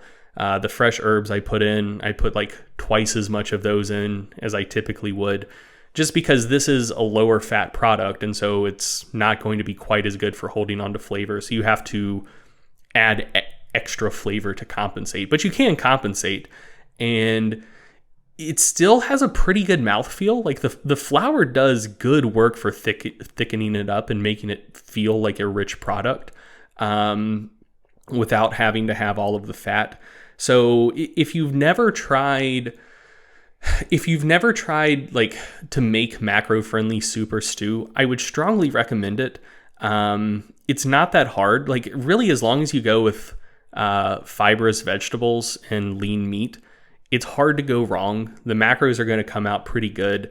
Beef stew is a good thing. It's a good option to start with, just because beef stews are inherently so flavorful that if what you make ends up being off the mark a little bit, it will still taste good. It's a good option for meal prep because you can make a big ass pot. It'll last you the whole week, and it's incredibly low effort. You could make it in a slow cooker as well, but you're basically just throwing all the stuff in there, walking away, and just killing the heat when it's done. And also, if you're on a diet, you're trying to cut, you're not just eating macro-friendly stuff for the fun of it. Soups and stews are really good for inducing satiety on a per calorie basis, just because there's a lot of extra semi-thick liquid in them. One, it helps fill up your stomach more, and it also delays gastric emptying. So it helps kind of on a per calorie basis, it helps improve satiety. So a good study to check out on that general topic is called Soups Increase Satiety Through Delayed Gastric Emptying, Yet Increased Glycemic Response. But there's actually a somewhat sizable body of literature on soups and stews. So that's just one example. But yeah, so shared a recipe, but I would strongly recommend the general concept of, if you want something low effort that's going to fill you up and have a lot of flavor, soups and stews can be very macro friendly, and I think are very slept on. You see a lot of pictures on social media of people, eating fish or chicken or lean meat or whatever, on a plate, but you don't see that many soups and stews. It's good shit. It's easy. It's healthy. I would recommend it. The question that I think a lot of people are wondering is, how much weight does your recommendation carry? And I think this weekend we're going to find out a lot about that, because this weekend we are having a lasagna cook-off. Now, this is not open to the public. Do not show up at Greg's house. But this weekend we will be having a lasagna cook-off. It will be Greg's lasagna versus mine, and we will be putting them head to head. And we'll probably have two different ranking systems. One would be an overall subjective quality ranking. The other will be scaled to a per calorie ranking. And I'm aiming for a sweep. I think my lasagna is going to take both, if I'm being honest. I've gotten a lot of very good feedback from people out there on Instagram that have tried my recipe. They loved it. They've made some little variations, which I don't condone, but at least they're in the ballpark. So, dear listener, if this gives you any idea of how badly Eric is going to get defeated in this lasagna cook-off, his girlfriend is actually Team Greg on this one. We're going to meet up beforehand to make noodles, make beautiful lasagnas. Eric is going to... Is that for real? Yes. When did this conversation happen? I don't remember any. This is the first I've heard of this. So, just as some more context, Eric's girlfriend is also really into cooking. So, Eric, maybe like a month ago, we generally discussed like challenging dishes we had made before and things that we would like to try at some point. And one of the things fairly high on both of our lists is we had never made noodles. And so you can get like a pasta roller, but it'll have like cutting attachments.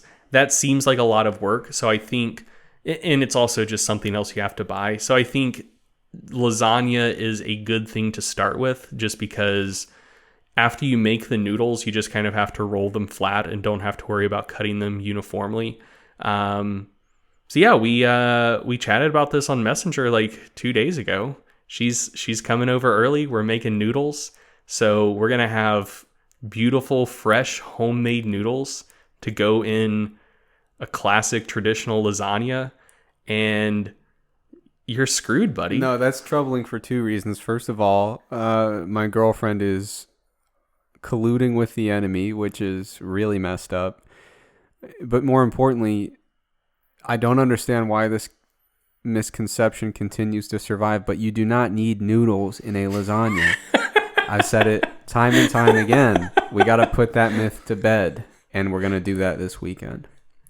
All right, now to play us out, if you are in the United States listening to this, which is about half of you, you know that college football started this week.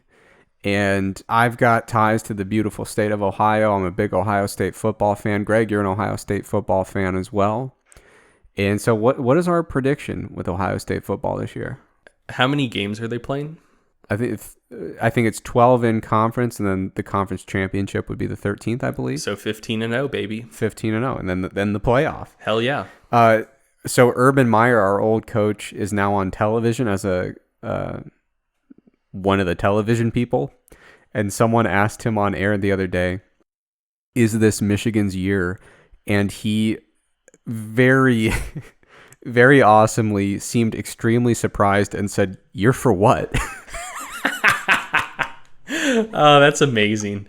I mean, the Urban Meyer tenure has been kind of was kind of up and down at Ohio State, but the fact that he maintained a perfect record on Michigan automatically makes him in the pantheon of Ohio State coaches. Yeah, and up and down in terms of like, there were times where we felt like we were underperforming. Yeah. But that was with the assumption that we should be performing clearly better than like 99.5% of teams. Like, yeah. We never had a bad year with him. It was just like, oh, we should have been excellent. Correct. If you're listening abroad, college football is huge in America. We love it. American football in general, it is slower than most sports. Most of it is spent waiting. You usually acquire brain damage, which is now a whole field of literature, is the football concussion literature. So if you're listening abroad and you just don't get it, you're not wrong necessarily, but college football is awesome. And if you can struggle through it, learn the rules, and develop the patience for a sport that is 80% waiting around, it is worth it, because, oh my God, it is fun to watch. Yeah, and I really do think Ohio State's going to be good this year. Just looking at how well the offense did with Ryan Day calling the plays last year, I think Urban had a good defensive mind, obviously. I think he was an offensive innovator back in the day at Florida, but I think people largely caught up with him. And I obviously think he was a tremendous recruiter, but I think the offense is going to be something to behold this year, and that it's going to be a good year up in Columbus. Yeah, I mean, new quarterback, new head coach, new defensive coordinator. There should be a lot of surprises, but definitely the expectation is, I mean, quite high. And I think preseason they're ranked in the top 5 or 6 by some of the polls. No, I don't know. But they're up there, and we are stoked. So go Bucks! Everybody enjoy it, and let's keep our fingers crossed. I know Ohio State has they were in the news trying to get the word "the" trademarked. So let's hope that everything's going well in the courtroom there. Were they really? I think so. That's incredible. It's awesome. So we're gonna keep them in our thoughts, and hopefully the lawyers are gonna come out on top. That's like that drama on YouTube a few years ago when some big channel was trying to trademark the word react. Yeah. It was like one of those things, like the kids react videos or whatever, where it's Yeah. like kids listen to old music or like watch old TV shows. But yeah, they were trying to trademark react, and people thought that was over the top, which I kind of agree. But Ohio State trademarking an article, I think it's fitting. I don't think that's a reach. I don't think so. All right. Thank you so much for listening. For the next half of this podcast, we've got an interview with Leigh Peele. Leigh is one of the internet evidence-based fitness OGs. I mean, she's been at the forefront of that game for years and years and years. We had the pleasure of hanging out with her in Kansas City at the Fitness Summit this year. And while we were there, we said, hey, you ought to come on the podcast. And fortunately, she did. Now, we recorded this interview what feels like 7 or 8 years ago. So I don't think we made any particularly outdated references, but if we did, give us the benefit of the doubt. But we hope you'll enjoy that interview, which will be coming after the music.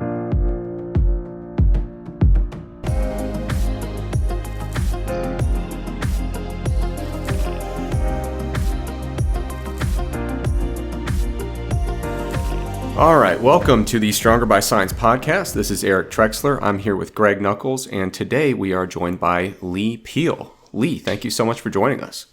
God, you guys' voices really are soothing. They are very soothing. That's why people come. We really don't talk about anything particularly informative. It's just kind of, it's like I used to watch Bob Ross a lot, you know, the painter. Oh, Happy Trees, yeah. Absolutely. Yeah. I wasn't that into painting, but it was just so soothing. No, I really believe he was some sort of weird PBS form of meditation for a lot of people. Did you know that his son is carrying on the mantle? I did not. The Ross name will never die. Oh, so the son is also going to be painting Happy Trees. That's just the greatest news.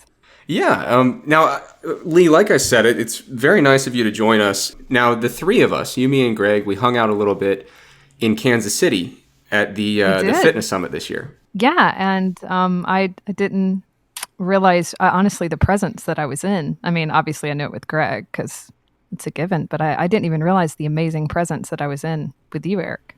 Right, and Greg and I, we thought that we all had a good time. Greg and I, every Sunday night, we have it's kind of a pillar in our community. We have a weekly Sunday night dinner. It's really important to me and Greg and our families.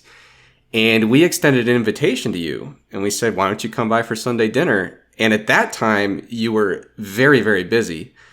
And then we extend the podcast invitation, and all of a sudden, the schedule opens up. So I guess the first question for the podcast would be, That's how it is. Would you like to explain yourself?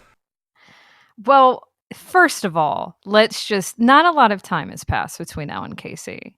And second of all, it's really stressful trying to plan macro relevant casserole dishes for a large group of people. It's very intimidating.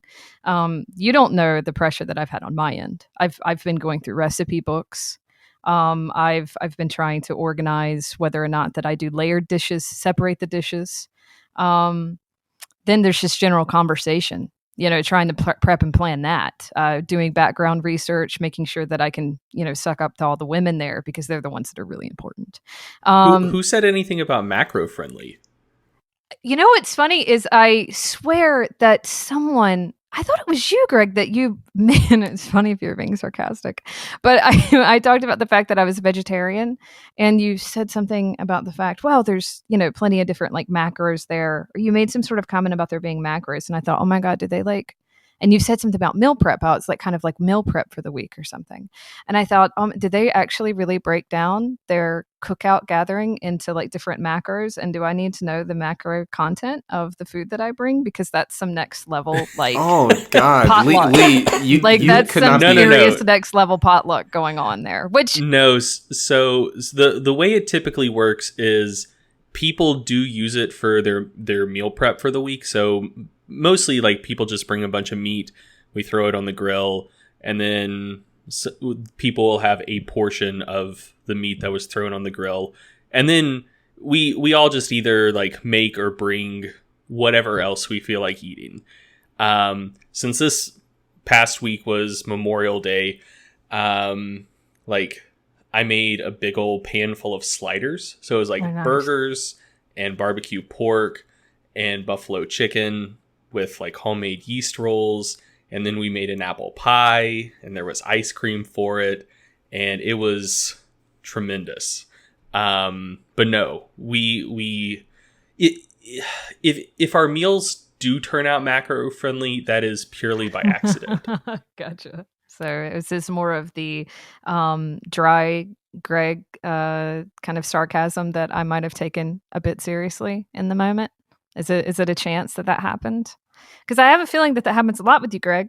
That you might say something in a dry manner, I don't and think I would people are taking it seriously. I just don't think I would even joke about that. Yeah, that seems very out of character. Yeah, you just couldn't be further from the truth when it comes. I mean, it's just, in terms of macros, it's debauchery. Absolutely shameful what happens on Sunday nights. I mean, most people felt ill this past weekend because it was way too much. Well, now I really hate I missed it. Now I really hate I missed it. But in a good way. Yeah, ill in a good way. Now, Lee, quit screwing around. We got to get to business here. Sure, fine. Try to focus. I'm so sorry. So, Leigh Peele, you are an author. You've written a lot of things. On your About Me on your website, you say that you're a layman researcher. So, what is your kind of operational definition? What is a layman researcher? The majority of my time is really spent in literature review, right? I spend a lot of time reading other people's research.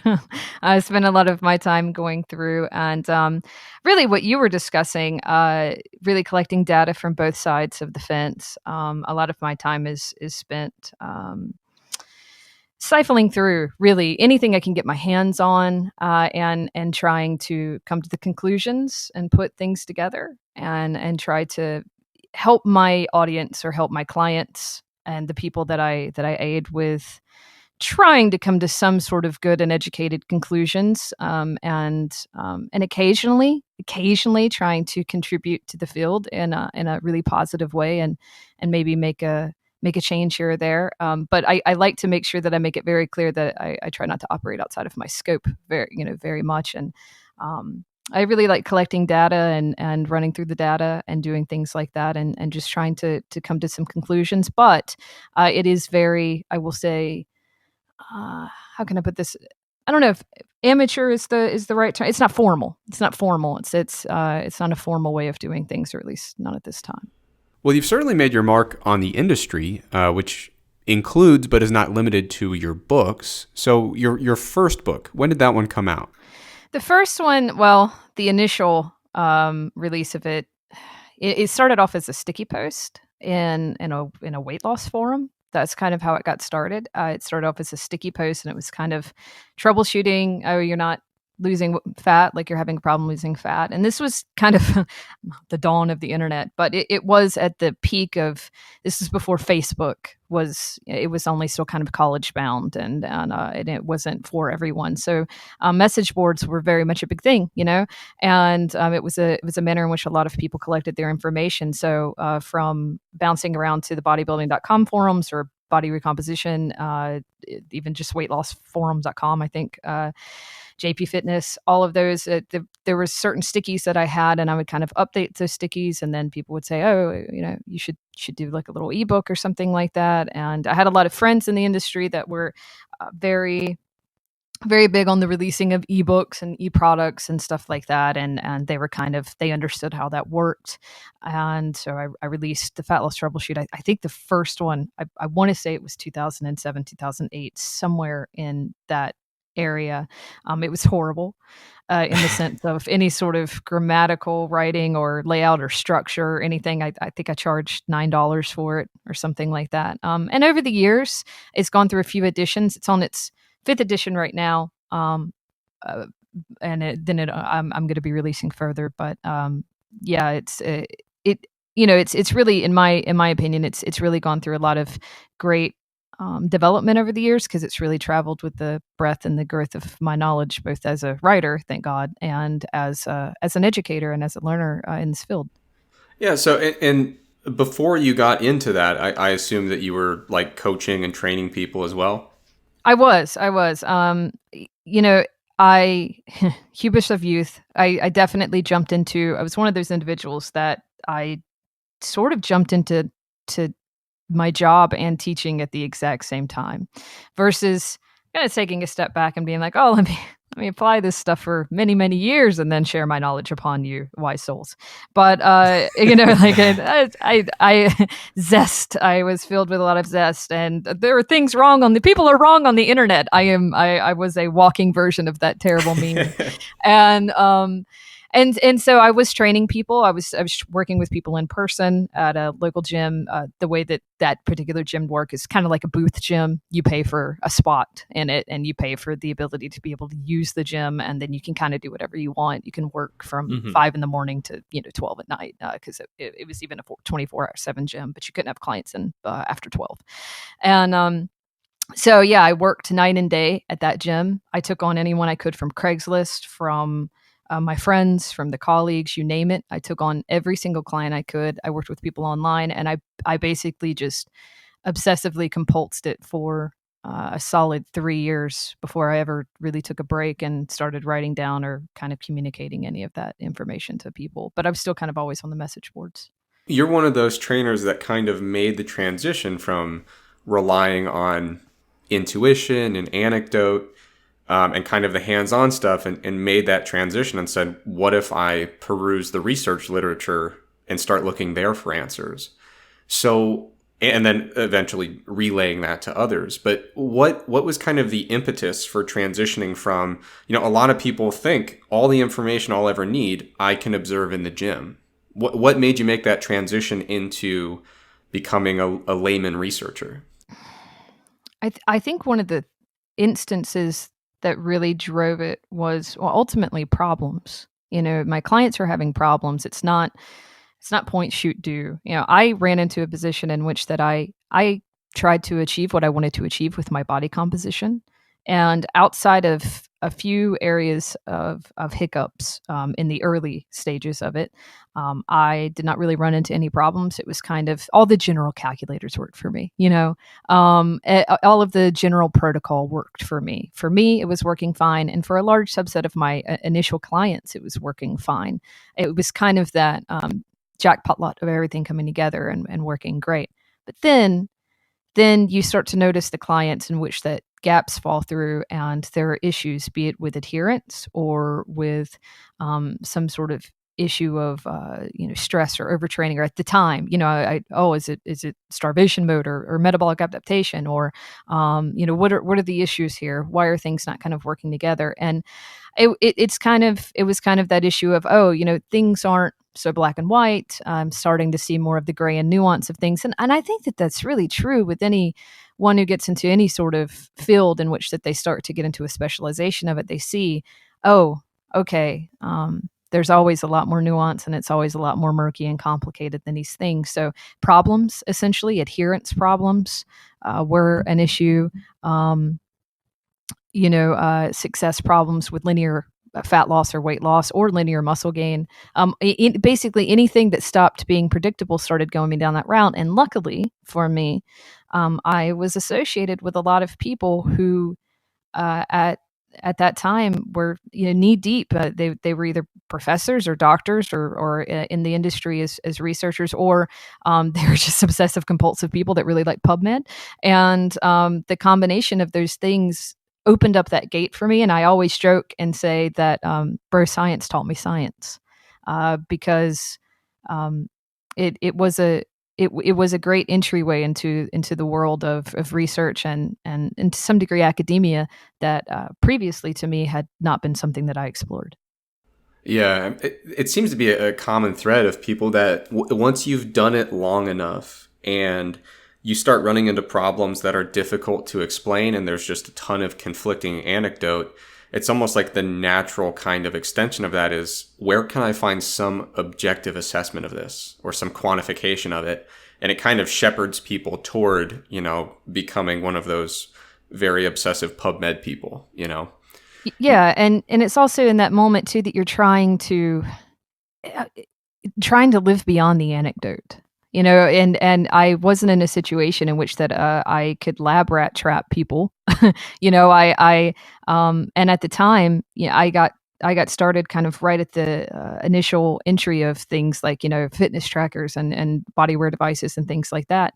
And there, ultimately, with all of my work and wherever my work went, it was kind of, okay, how can I apply this? How is this applicable to my situation in which that I'm using? And I would try to, if a client was upset about, say, weight trending, and she really was being diligent, but her weight trend or her linear trend was off. What were the explanations for these things? And a lot of the times it was finding at least some sort of minor explanation, or association of, this is why this is happening, this is why this takes place. Food weight, for example, was just such a big one. The return to maintenance weight and staying at a certain maintenance weight, and when you drop into a deficit, how you lose a certain amount of glycogen, you lose a certain amount of food weight and things like that. But just even things like that, and understanding how explaining to my clients, this is what's happening when you're trying to lose body fat, for example. These are the things that you're going to lose in the initial of a deficit, just from eating less, just from these factors taking place. Certain things can take place. This is what can make it jump back up. This is what can make, kind of having the answer to that really annoying why kid. And I was the annoying why kid, but being able to answer those questions, in my opinion, really helped with the psychology of my clients. And it really helped with the psychology of their adherence and getting through those stuck points. And I'm not saying that there, aren't always kind of more difficult cases, but finding the answers to some of those questions and utilizing, science and biology and how we kind of get there, so to speak, or how the body gets there during these processes, I found to be huge, for the ability to talk to my clients and to help ease them through transitions of things and to feel safe. And, in knowledge, we have safety. I truly believe education is a key to feeling safe from emotional distress. Yeah, and you mentioned earlier, a couple terms came up: metabolic adaptation and starvation mode. And you also mentioned, one of the big problems you see, or the questions that would kind of fall on your lap as a coach, are stalls and weight loss and confusion about them.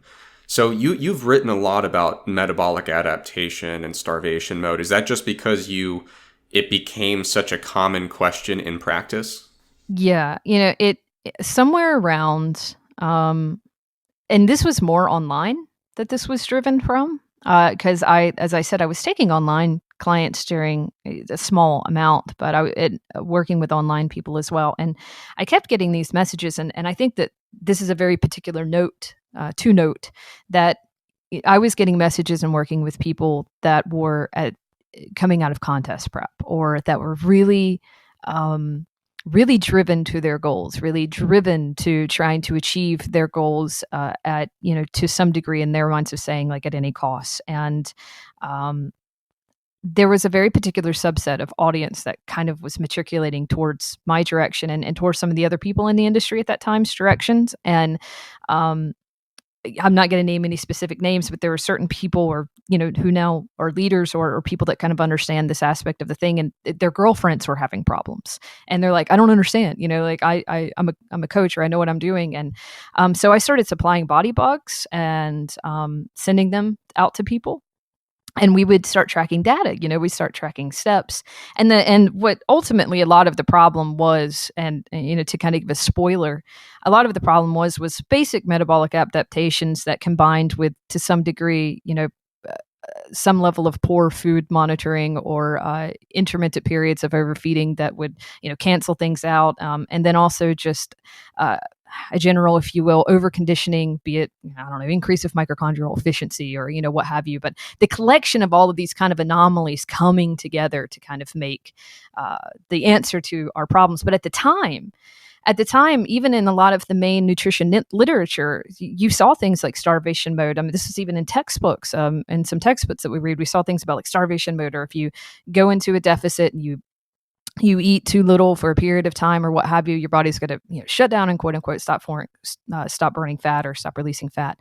And so there was this kind of hyperability, and there was a moment there, if you will, at least in my circle of the internet, and in my circle of kind of the people that we were communicating, and we even had a sub forum in a popular internet place. We had a secret. It was a hidden sub forum that we would kind of put information or deliver information or things that we kind of found out, and it was solving this problem. And what we kind of ended up seeing and learning through that was obviously some research that's been around for a long time kind of came to head, and discussing things like leptin, or the issues with thyroid health and things like that, issues with decreased resting metabolic rate, or REE, and things like that. All of those things kind of, yes, those made senses, but there was also the issue, and what we found to be more the case was to have to do with low grade activity being just as important as exercise activity, and all of these things kind of coming together to explain how, yes, you can be metabolically not at your most high level, but a lot of it also has to just do with efficiency, and the body trying to do what it can, and you being intelligent enough to not drive too hard, to take breaks when needed, and ultimately to adjust when need be for decreases that are going to happen when anyone diets, and not try to drive yourself too hard for things that don't have to happen, if you will. So I think it was a great time to, from just a communication sense, and kind of, discovering things, but also from that was born a lot of mistakes as well, and assumptions about things. But I think I saw the industry in general rally around really solid answers and information for these problems as they came about. And then of course, it really hit the next level when your paper got released, and everything else has kind of followed through. So it was a really great time to kind of see it happening. But the big core problems were a specific subset of audience that was really having a hard time, quote unquote, losing weight, regardless of their training or no matter what it was they were doing.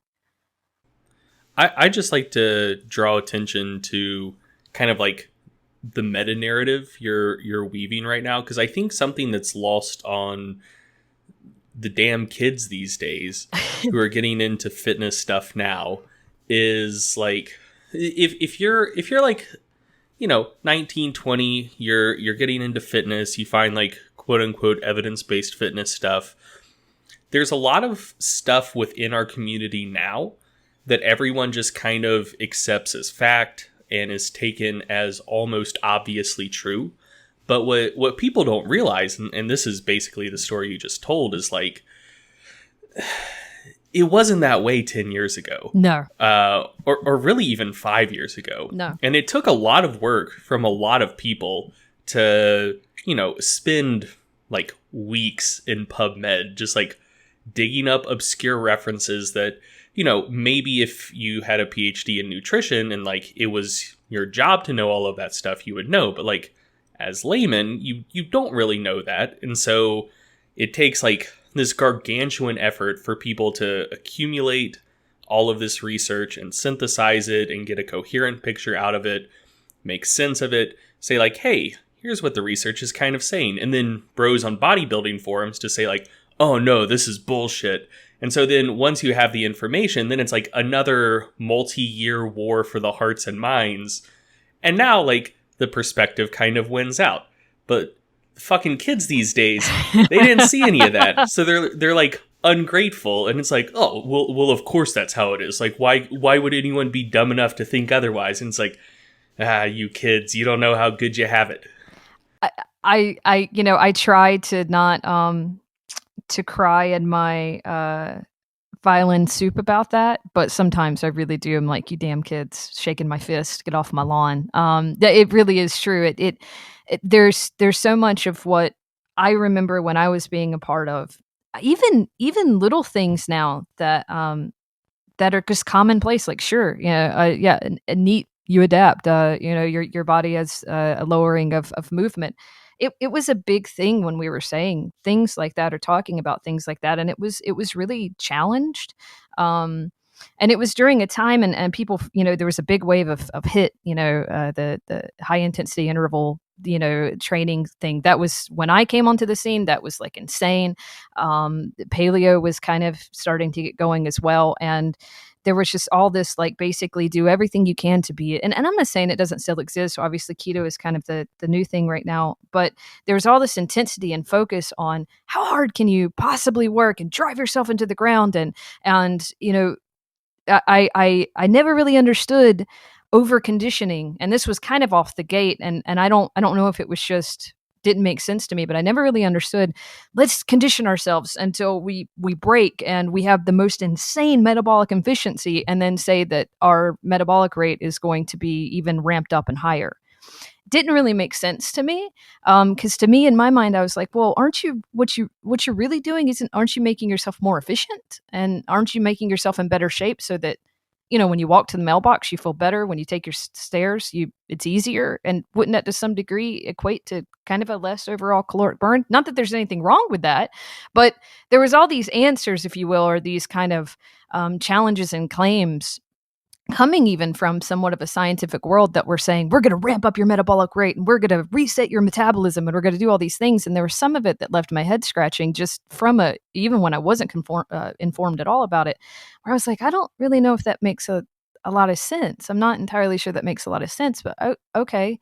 And it was in the textbooks. A lot of it was in the textbooks. And that's not to say that, people that work to put things in the textbooks, I've even, minor lead contribute a quote here or there. And I'm so proud to be remotely a part of any of it. So I don't say that to knock it, but it takes a lot of work. And I feel it always is kind of, a few years back, and then it gets there, and then it becomes accepted. And I mean, isn't that kind of the truth too in a lot of other areas of life? It's obviously not true in the fitness industry, but it takes a lot of work to get people to kind of be okay and shake their heads to be like, yeah, no, okay, that makes sense. Everyone's saying that's making sense now. Everyone's okay with that. There's not just a bunch of contrarians for the sake of being contrarian, or people that have an agenda. So you have to fight all of that. You have to fight all that with what you're saying. You have to fight people that have a monetary agenda. You have to fight people who are afraid. I mean, look at it with vaccines, for example. It's a great example.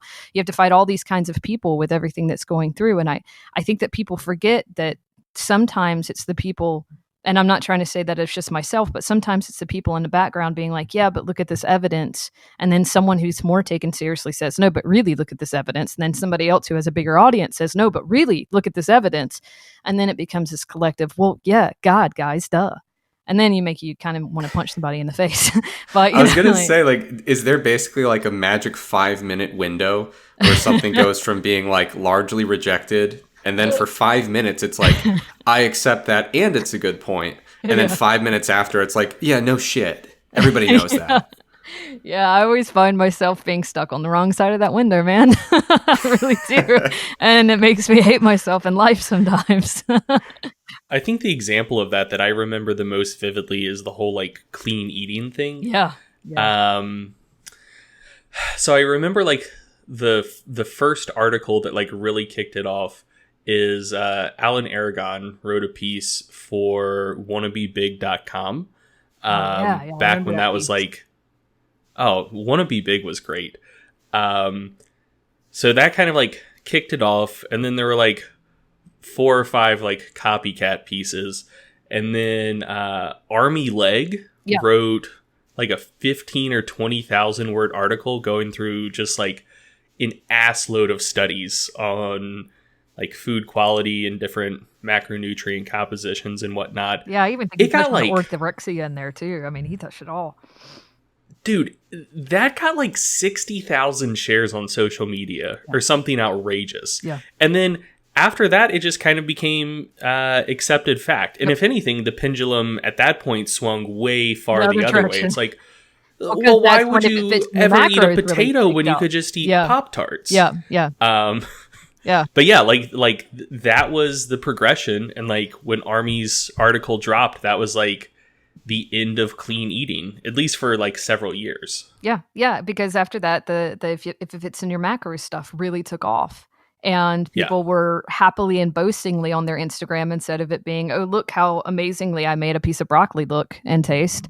It was, look, I'm having a Pop Tart for post workout, and yeah, it like and it took that turn. Yeah, and I from a sociological standpoint, fascinating to watch, but yeah, sometimes when and you're in then it, it's and then like immediately after Army's article, I saw another like 3 dozen copycat articles, and all of the comments on them were like, "Well, no shit, everyone knows this."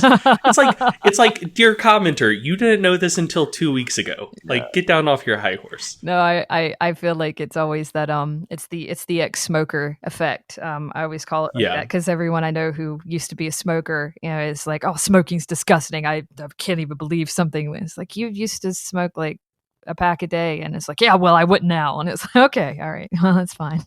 Good for you. Maybe think about the people that are there, before and after. But yeah, it's interesting to watch from a sociological aspect. It can be somewhat frustrating to watch when I think when you're really trying to get something out there about change and really, really are trying to help the narrative of people and trying to help people steer in the right direction, guide away from misinformation and stuff like that. And sometimes I find myself just being like, oh, I can't wait for another one of those big articles to kind of come so that people are like, oh, there you go. And I try narcissistically not to think, oh, well, it has to be your article or, or has to be your contribution. Just because something doesn't mean everybody else needs to know, or it. But it is one of those kinds of things to watch when you've been in it so long. I think you see these trends happen, and it's fascinating to watch the trends. I think it's very telling, and I hope that it'll help my work. It seems to have these past few years. Yeah. So one of these topics that's been, as we mentioned, kind of, there's a lot of back and forth. Now I think a lot of people are generally on board with it. But coming back to metabolic adaptation, you wrote a book called Starve Mode. Now, when someone asks you, is starvation mode real? Yeah. How do you answer that question? I say theoretically, the concept of what a lot of people think starvation mode was, which is the body adapting or kind of, somewhat shutting down or altering certain processes. Does there have an adaptation? I mean, that honestly, this is how I always kind of explain. I'm like, is there an adaptation? And technically, if you wanted to quibble over the fact that there's a mode that we go into when we eat less food, yeah, I mean, I guess to some degree, there's a bit of a linguistics truth to that, right? But what I always explain to people is, and one of the things that I've always said is that in order to lose body fat, you have to reach metabolic adaptation, which is, I think a lot of people don't really think about it like that.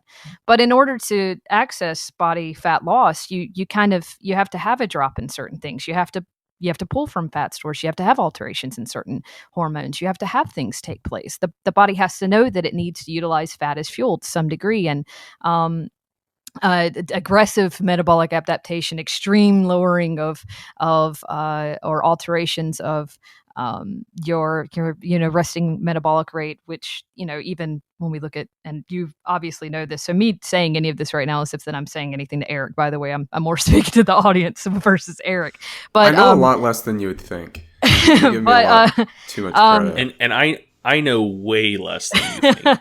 But all of these all of these things, they kind of have to take place, and there can be severe forms of it, but ultimately, to some degree we have to adapt. But metabolic adaptation is kind of, on at least some small level, even if you're just looking at just TEF, just less food, less food, and alterations of, most people have some sort of alteration of subconscious activity, expenditure. These things, they just happen. And what I tried to explain to them is that you can sit and you can hem and haw about it and make it some sort of horrible event that happens, or you can just understand the associations of dieting down or going into a deficit, and then you you just respond and you try to do what you can to make smart decisions to combat the things that have to take place, and understand those, and try not to drive crazy the other things that don't have to take place. There's I always say there's a degree of dieting and deficits that's strategy, and what I try to do with my clients is just try to create the best strategy for each client. And for general speaking, I try to create the best strategy for generalization. And so in the book, you talk about basically what metabolic adaptation or starvation mode is and some of these adaptations that take place. And you mentioned to some extent they seem to be somewhat unavoidable, but Yeah. there are instances where we could definitely exacerbate those issues. So what's your general approach in terms of tangible, applicable strategies to try to just make the best of the situation when dieting? Yeah, generally speaking, and when I say generally speaking, it really is general. Generally speaking, it really depends also on the client. Like I know from stalking you a little bit, Eric, that you've worked a lot with contest prep and things like that. And let's say I'm dealing with like a contest prep person and someone that really goes on and off seasons or that works within a tighter schedule. The approach for someone like that is going to be very different than, say, the approach for your casual general housewife or weekend warrior dad or something like that, for all these cliche titles. But it's going to be kind of different because it's really, and I will say this, it's really how much room they'll give me, how much need to be at a certain level, how fast and how soon, right? So a lot of it has to do with time. So my first aspect of strategy is time. How much time will they give me to do what it is that we need to achieve? If an individual is really fine with taking a kind of slower and steady course rein, and they aren't in any sort of quick area, and I could get into any one of details of what strategy I use for different ones, but if an individual gives me time to do what I need to do, then generally speaking, I like to try to keep my muscle gain and conditioning, anything that has to do with really body recomposition or performance or have you on a larger, grander scale, to be kind of not a part of fat loss. Don't get me wrong. There's always lifting, if possible, in my programs. There's always muscle maintenance and always doing what we can to try to get what we can, if you will. So I don't want to try to say that I don't train or we don't do training, but kind of, if you will, I try to only stress what we need to stress, and I try to keep low grade activity steps. Or moderate, basically nothing above the RPE of 5 for a lot of cardio and conditioning. I know that goes against what a lot of people do, but I find that it really helps to focus more on weightlifting for keeping at bay atrophy, and maybe trying to even get a little gain here or there between, depending on where the client is at in their beginning to intermediate stage, and I try to keep low grade activity and stressors kind of the main component. Lots of sleep, lots of watching electrolyte or mineral replacement, very basic things. But I try to do that so that adherence is king. And adherence isn't a problem because, if we pull from kind of this stuff, even if you look at studies like the Matador study or things like that, everyone talks about, oh, it's the thing that said that metabolic adaptation happens, and that intermittent feeding or what have you, and having periods of breaks and diet breaks. It's what we needed to see in research,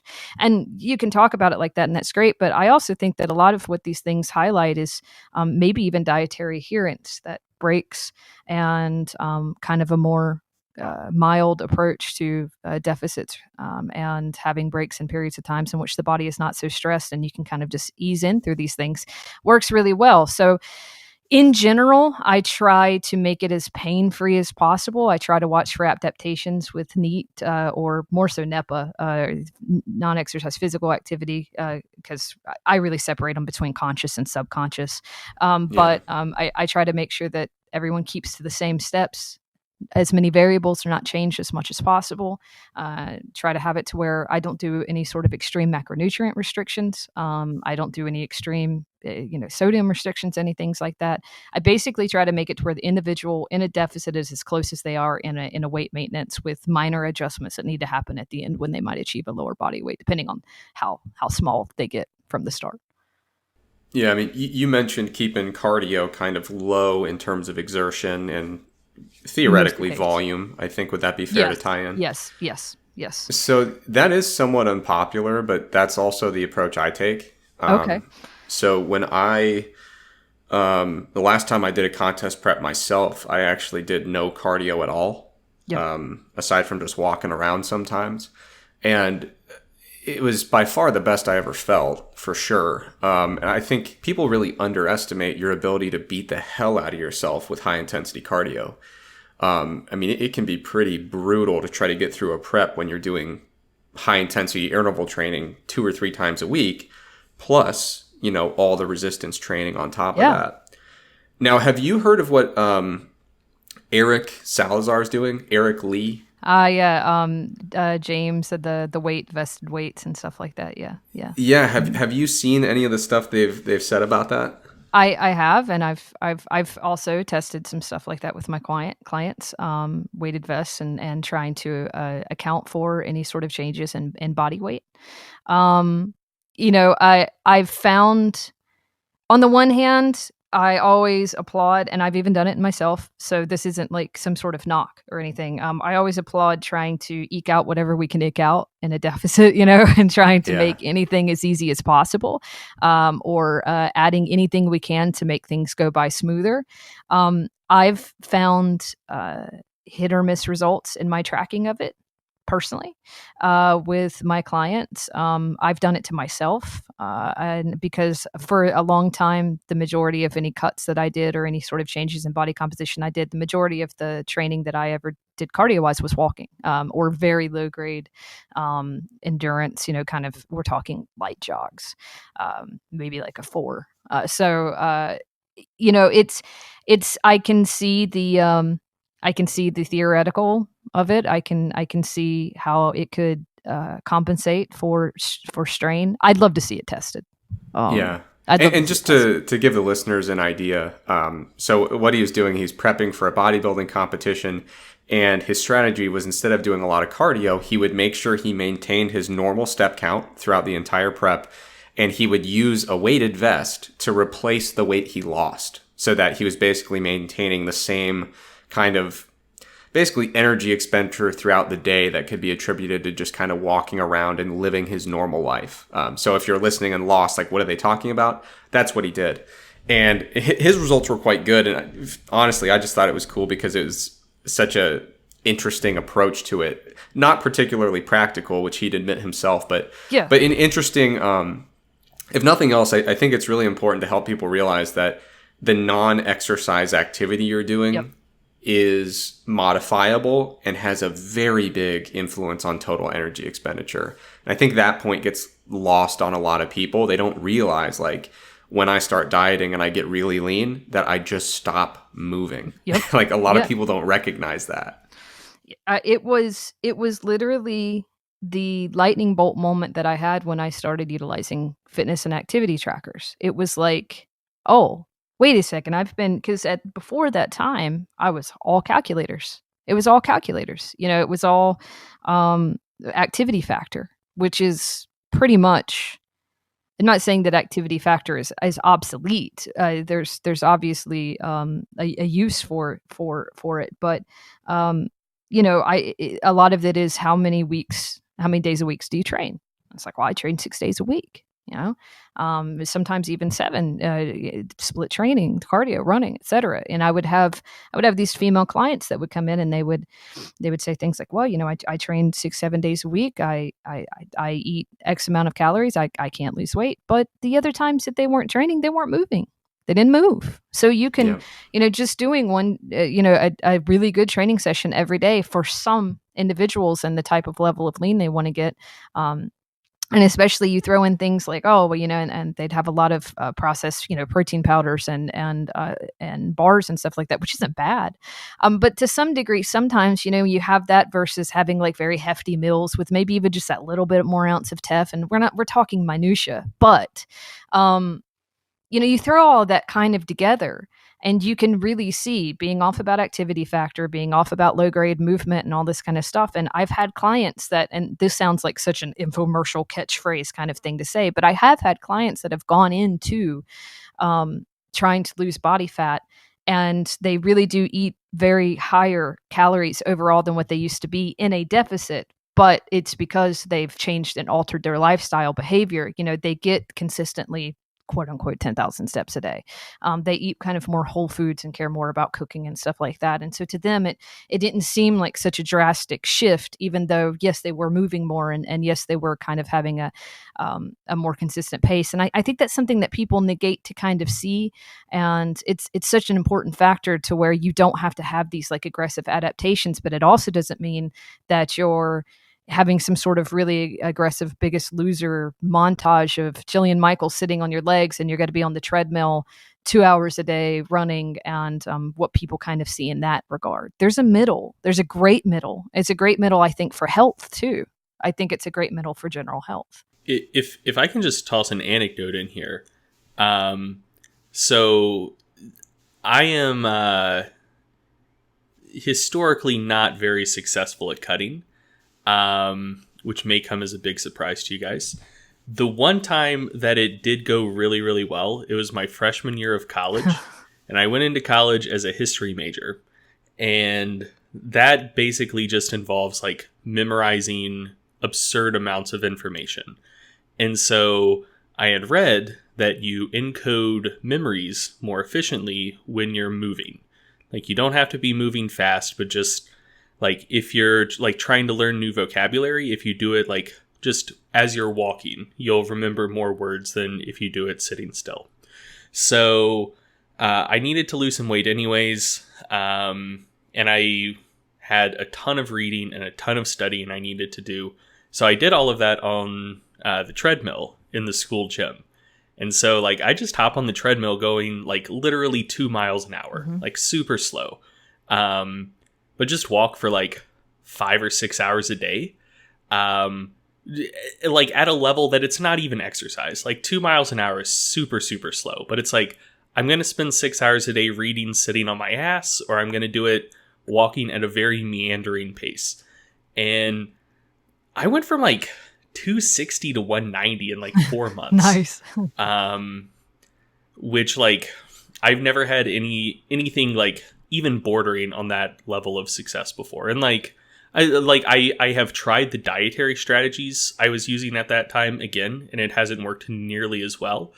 But like you were saying, like I'm the type of guy that when I go into a deficit, my NEAT just goes to zero immediately.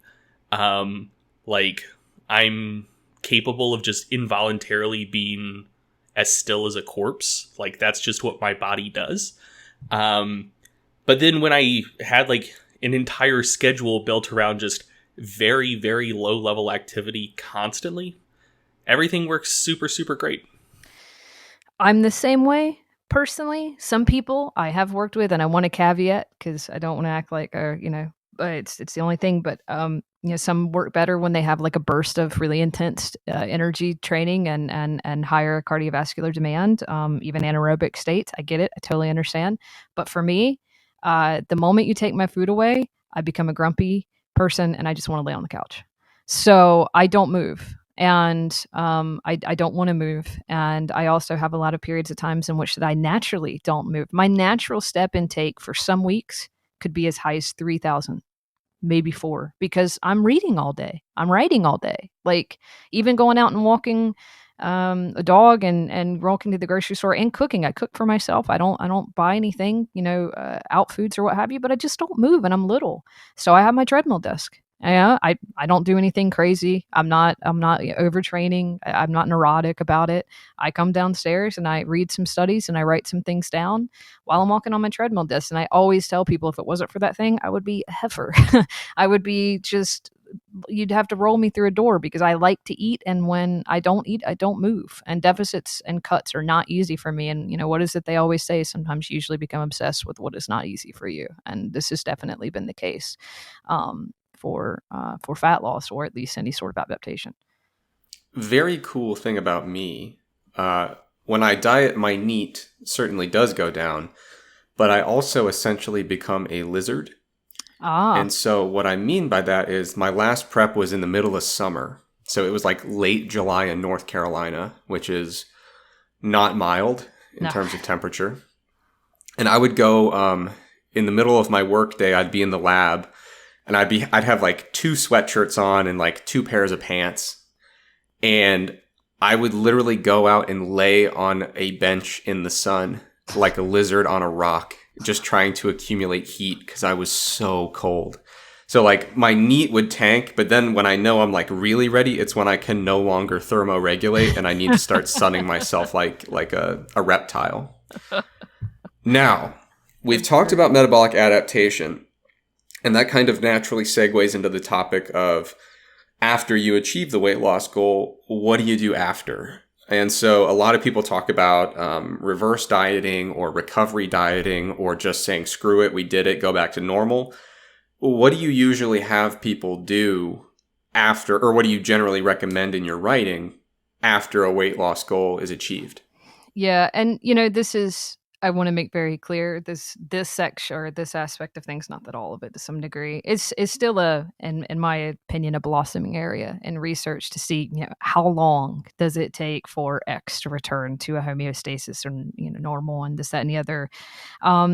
So I'll caveat it with a few things to say that from my knowledge, my personal knowledge and research, I think we have some good general ideas about how hard things can be for people to return back to like a homeostasis after refeeding. It also seems to be that a lot of that coincides with how aggressive the deficit was and how long the deficit time period was.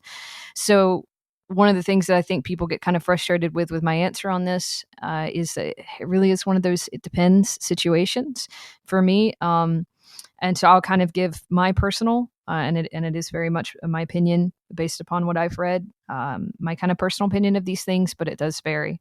If I have an individual that's come to me from excessive overtraining, probably borderlining, or actually just very much borderlining, probably on anorexia or orthorexia kind of behavior, really low body weight, bad mineral, vitamin deficiencies, this kind of thing.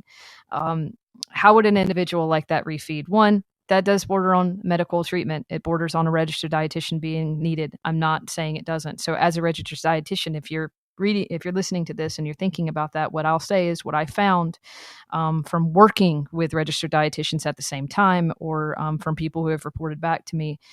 Generally speaking, slower refeeding paces seem to do better psychologically and physically. They really do. It seems to be, from what we see, that introducing a couple hundred calories and allowing the body to regulate both in sodium, electrolytes, glycogen, and carbohydrate uptake, all of these kinds of things, psychologically, what it can do and take place. If there's some sort of extreme level of deficit that's take place, and I am one, and I'll just give another caveat in which that going into say contest or diet prep, I like to do that really slowly on the way down. And I like to kind of make it to where everything is only restricted as needed, etc. So the individuals, in my opinion, shouldn't necessarily fit this need. This is kind of for someone who, if you will, got there by accident, etc. I think that being kind of slow and steady about it and staying in a maintenance fed state for their new body weight and what that new maintenance body weight is for at least a period of I say on this to be on the safe side, you're talking about 3 months plus, if not even up to 6 months. There's a lot of debate and about that. There's some research that says that certain hormone levels can have a time to kind of stabilize from, again, more extreme deficits, and even quote actual starvation. But I think the worse that you've been to yourself, it's a really, really basic way of saying it, but the worse that you've been to yourself, the longer you need to be better to yourself. And I think that staying at a weight maintenance stable level and trying to give yourself your time to recuperate is good. However, I don't think, and I don't believe, unless you are at an underfed state, that you need to participate in a lot of heavy overfeeding. I think it's just trying to move your maintenance. And one of the things that I recommend too is that you can lower what your maintenance needs are for that particular period of time based upon movement. Just as we were talking about, that movement can be associated with trying to keep at bay any sort of adaptation. Well, movement is also the same with, as in your maintenance is different every single day. So if you're having a hard time with refeeding or getting up to your new calorie levels, or you're nervous about it, or you're having any sort of anticipation issues with that, slow your moving down. You don't have to train as much. You don't have to move as much. Your steps can be a little bit lower. The activity you do needs to be lower, which means your actual caloric need will be lower. And it can kind of, in my opinion, breeze that gap and make individuals who are a little bit nervous about losing the body fat that they've lost, or who are psychologically uncomfortable about it, it makes them have that space, right? And so then you can see, okay, well, I'm at weight maintenance. I'm eating for my needs at, say, 1600 or 1800, or for a male or individual 2200, and that's on the 2500. It's on the lower end depending on size and weight and things like that, but it can be that low, and that, especially if you're not really moving and you're just doing maybe a few maintenance 1 or 2 full body workouts or something like that. What you can do after that is you can be stable, and then you can go, okay, let me see how I can ramp it up. And not everybody wants more, right? Not everybody wants to eat more, move more, burn more. Some people just want it to be predictable. And I think that that's missed a lot. I think that that's not seen often, that sometimes individuals, they don't necessarily want to burn as much as they can possibly burn so they can eat as much as they can possibly eat. I think sometimes people just want it to be predictable, and they don't want to be scared about what's going to happen to them because they don't understand. So what I try to do is I try to, facilitate that. I'm like, okay, your weight's stable. Everything seems to be looking good. You're fed. This is what your movement is at this level. Maybe now we can see what ramping that up is and how you feel, and like take it to the next place, right? Because I have different metabolic maintenances. I can be at maintenance at 2000 calories, or I can be at maintenance at 2400 calories, depending on how I train, how I move, how I eat. It never is the same. It's changing. It's not static. So in that aspect of refeeding, I look at the psychology of the individual and what it is they kind of need, and that's the more kind of extreme case, if you will. And it seems that the longer time you give, I've seen some studies. I think that I've seen some that have done 6 months or more for certain levels to return back to normal. I believe in thyroid and leptin. There's one in particular that I remember seeing, but that's kind of, in my opinion, the more extreme.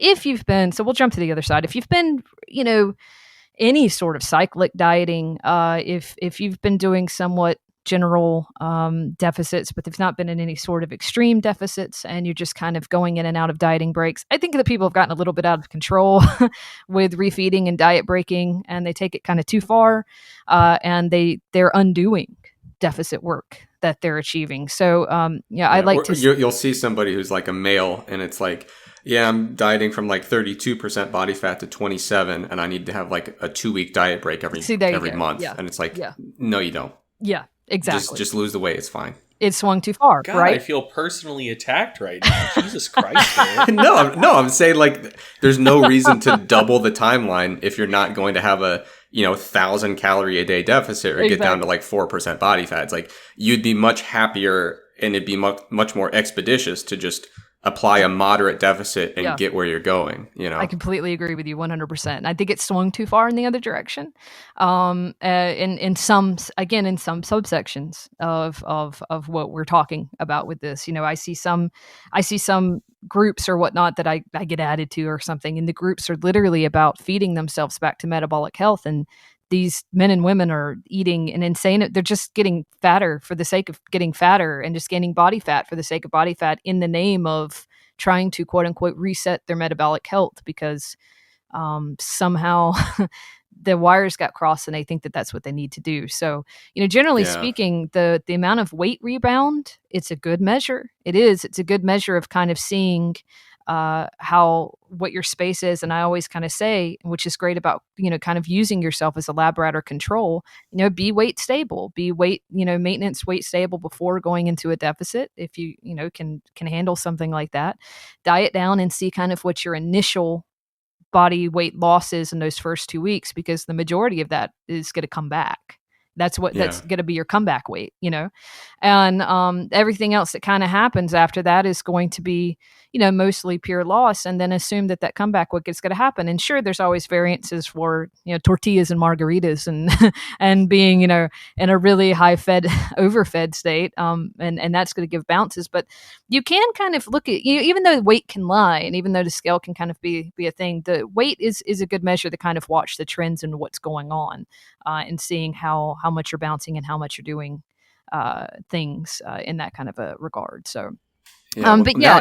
now I feel attacked because Greg knows I eat tacos every day. So that tortilla cheap shot is really uncalled for. Well, I'm sorry, Greg. Go I ahead. meant it to be a low blow. Sorry. Yeah. Yeah. So I do actually have a real question. Okay.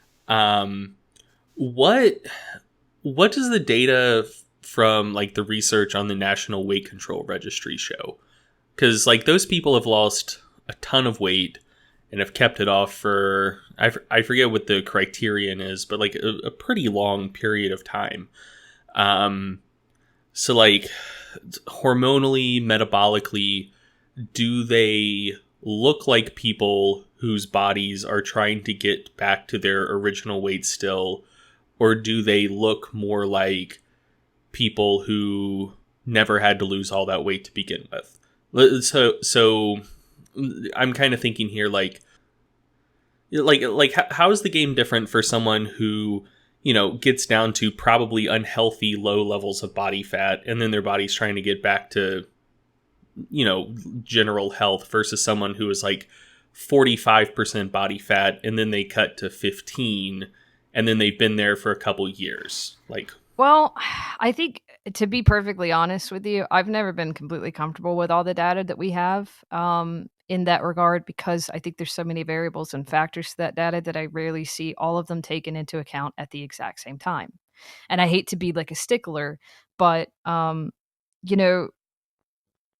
if you're trying to, when I'm trying to track, oh God, and say something like this is a little, I don't know if it's a little overshooting my scope, but if you're trying to track whether or not someone's at a healthy weight maintenance, and like whether or not that they're metabolically healthy, that's a very complicated thing to say in the first place, in my personal opinion, because what makes someone metabolically healthy is, in my opinion, going to be okay.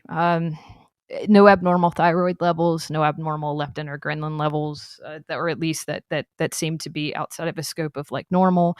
Resting energy expenditure is relatively, normal or expected for their body weight.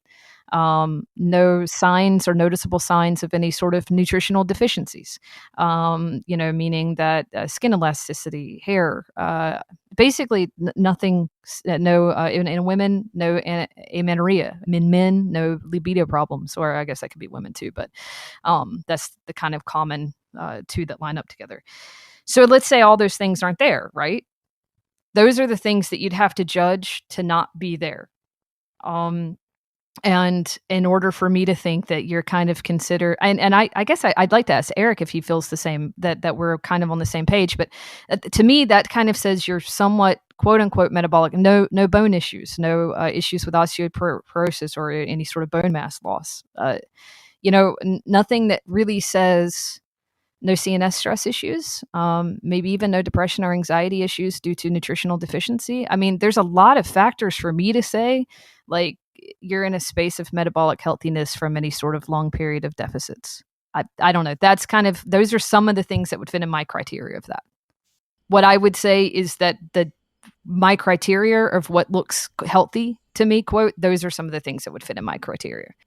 Now, I think one thing that's kind of related to that, something I often think about when I look at these papers that show, like, the presence of being in that kind of metabolically adapted state, is there's all these physiological parameters measured in it. And the traditional research framework or kind of state of mind is, well, here's how they were before the weight loss. Are their numbers after weight loss significantly different? And when it comes to things like, total energy expenditure or leptin levels, like, yeah, they probably should be lower than they used to be, because that's how weight loss works. Like, I mean, people that have a lot of adiposity tend to have a high resting metabolic rate and a whole bunch of leptin. Yeah. So like I think another thing to keep in mind when you look at I would databases say like that is, relative to, right? Like relative yeah, to normal. relative to where Yeah, they relative started. to. Yeah. So yeah, the question is like when you're in that post weight loss state, not are you lower than you used to be, but are you abnormally low outside of a reference Yeah, range? that's what the data or the criteria I would use is what are their levels? Like what are their resting? Do they fit into a normal? You know, do they fit into a normal for what somebody else at that size who had not gone through weight loss went, you know, so resting in energy expenditure for someone who has gone through that weight stable, are they the same as someone who has not gone through, you know, significant fat loss? How much does everything else line up? That's when I would feel comfortable saying, yeah, relatively metabolically similar to someone who has not gone through those things. And I those are my particulars, and I do not know those particulars. Like even just looking, like obviously I couldn't help myself but start to Google, and I'm on there and I'm just looking at some of the studies that they have, but nothing. Everything that I see with the studies that I see is, you know, you have like the Biggest Loser study, or you have studies about that are looking at alterations in resting energy expenditure, or um, and the ones that I find more interesting are what are the ones that go below a normal baseline. So what are the ones in which that it's like, okay, yeah, you lose a certain amount of resting energy expenditure or metabolic level or rate being higher because you've lost body fat. Sure, you're smaller. You know, that's going to happen. And as Eric said, leptin will, you know, be lower or what have you. Is your ghrelin still raised, right? Like is that raised higher than an individual who never dieted down before? We have seen that. We have seen some studies that point to that. But it also, I will say that in a lot of the studies that point to that, it's not all of them. So then what are those factors? Because as a group, it might be some experience it, some do not. You know, some will experience elevated ghrelin levels. I even read a study that was talking about elevated ghrelin levels in couples who have a fight or who don't get along as much. They have more elevated ghrelin levels after eating than those who do get along and don't fight.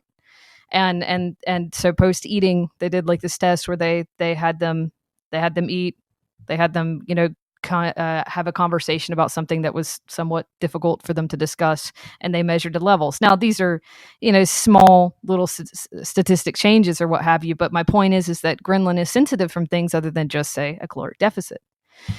So if you look at what makes someone in a metabolic healthy rate have higher ghrelin levels after a long period of time of a deficit, do everybody have that? Well, if they don't, then what makes the individuals not? And that's kind of where my more curiosity is, you know, like if they do a research of people that have these levels and they're still higher post deficit, but some are not, what's the other variable or factor in that? So I guess what I was trying to say by the answer to my question, and I said so extremely poorly, obviously, was what rate someone is metabolic healthy is going to be complicated, in my opinion.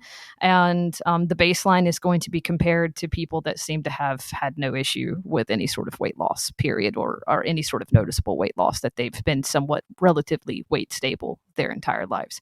But then, if I'm perfectly honest with you and I start to get OC and sound kind of crazy, I would also wonder how many of them have psychological or physiological factors from always staying weight stable. And if those other individuals had other variations and issues from not being able to maintain weight stableness, ranging from depression to trauma to you name it. So I start to get, I guess you can tell, I start to get to combing through the variables. Yeah, I mean, I can tell you from what we see in the kind of longer term studies, there are at least characteristics we can associate with people who are more successful in maintaining their weight loss. Those usually tend to be high energy flux, so that they maintain high energy expenditure after the weight loss. The other one is diligent tracking, both Yeah. of body Yeah. weight and food There intake. was that whole, there was that scale study that too, that people who checked and watched their scale weight every day, you know, had post utilizing weight loss had better weight maintenance than individuals who did not. So the out of sight, out of mind aspect of Right. things. High, low grade activity. I've seen that. Um, yeah, there's a lot of variables to what makes weight maintenance successful post. Yeah, and I was going to say for me, like, there's the practical aspect, which is people who are good at this, what do they do? And so we kind of are starting to see some of those answers come out. Now, the other question from a physiological perspective is, can we kind of guide them back to a normal physiological state after weight loss, maybe even close to where they were before they lost the weight? Can we get them there without substantial fat regain? And that's a question that it interests me a great deal. If anyone's at the ISSN conference this year, we should have a poster up about this. I don't know if I'm allowed to spoil those results yet, but it's something that keeps me up at night. The question of how do we get someone fully recovered from an extreme diet when it comes to physiological variables, hormone levels, things of that nature. How can we get them there without really significant fat regain? I'm not sure if I have a good answer yet. I have some suspicions, but it's a work in progress. Yeah. For my personal anecdotal experiences, slow and steady and education. Them understanding, I mean, just personal anecdote, going from extremes, slow and steady, coming out of it, them understanding exactly what's happening while it's happening, and really controlling the factors and variables of movement. And the awareness of all those things combining together. And maybe that's an oversimplification of it for some individuals. But and of course, I think that it should be noted how much fat loss you're really talking about. And I think that there's something individuals listening to this keeping in mind. Some are thinking about a dress that they want to fit into at a reunion, whereas other individuals are thinking about contest dieting for stage. And I think they're very different worlds, obviously. Right. Now, Leigh, a question we like to ask people, especially the more evidence-based kind of individuals that work with clients, is there anything that you do in your own training and nutrition or something that you have clients do that kind of goes against the grain in the evidence-based community? So basically, is there anything you do that there's not a substantial amount of evidence to support, but you feel really strongly about it? I think I think the walking and generally speaking, keeping low stress in general during a deficit period uh, for physique, especially, is kind of because a lot of the research I see people throw out is look at how much this high aerobic or cardiovascular training exercise led to greater results, etc. I see a lot of people in the evidence-based industry trying to kind of ramp up fat loss with aggressive training. And I've always kind of been, I like to keep my aggressive training and my really pushing the limits of what someone can do both in conditioning and muscle gain and composition changes. I really like to push that in maintenance or in a slight, even surplus of need. So I don't find a lot of people that support that, and a lot of the books that come out about metabolic excellence and efficiency and things like that. They don't really tout that as much. So I think that goes against it. And I do think that what we were just talking about in the aspect of kind of slow and steady with certain individuals of refeeding, I don't really know if it necessarily goes against anything, but I know that I'm railed up against it because oftentimes, patience, and to some degree, what could we say, a physical need to actually just feed and wanting to get back to a homeostasis as quickly as possible.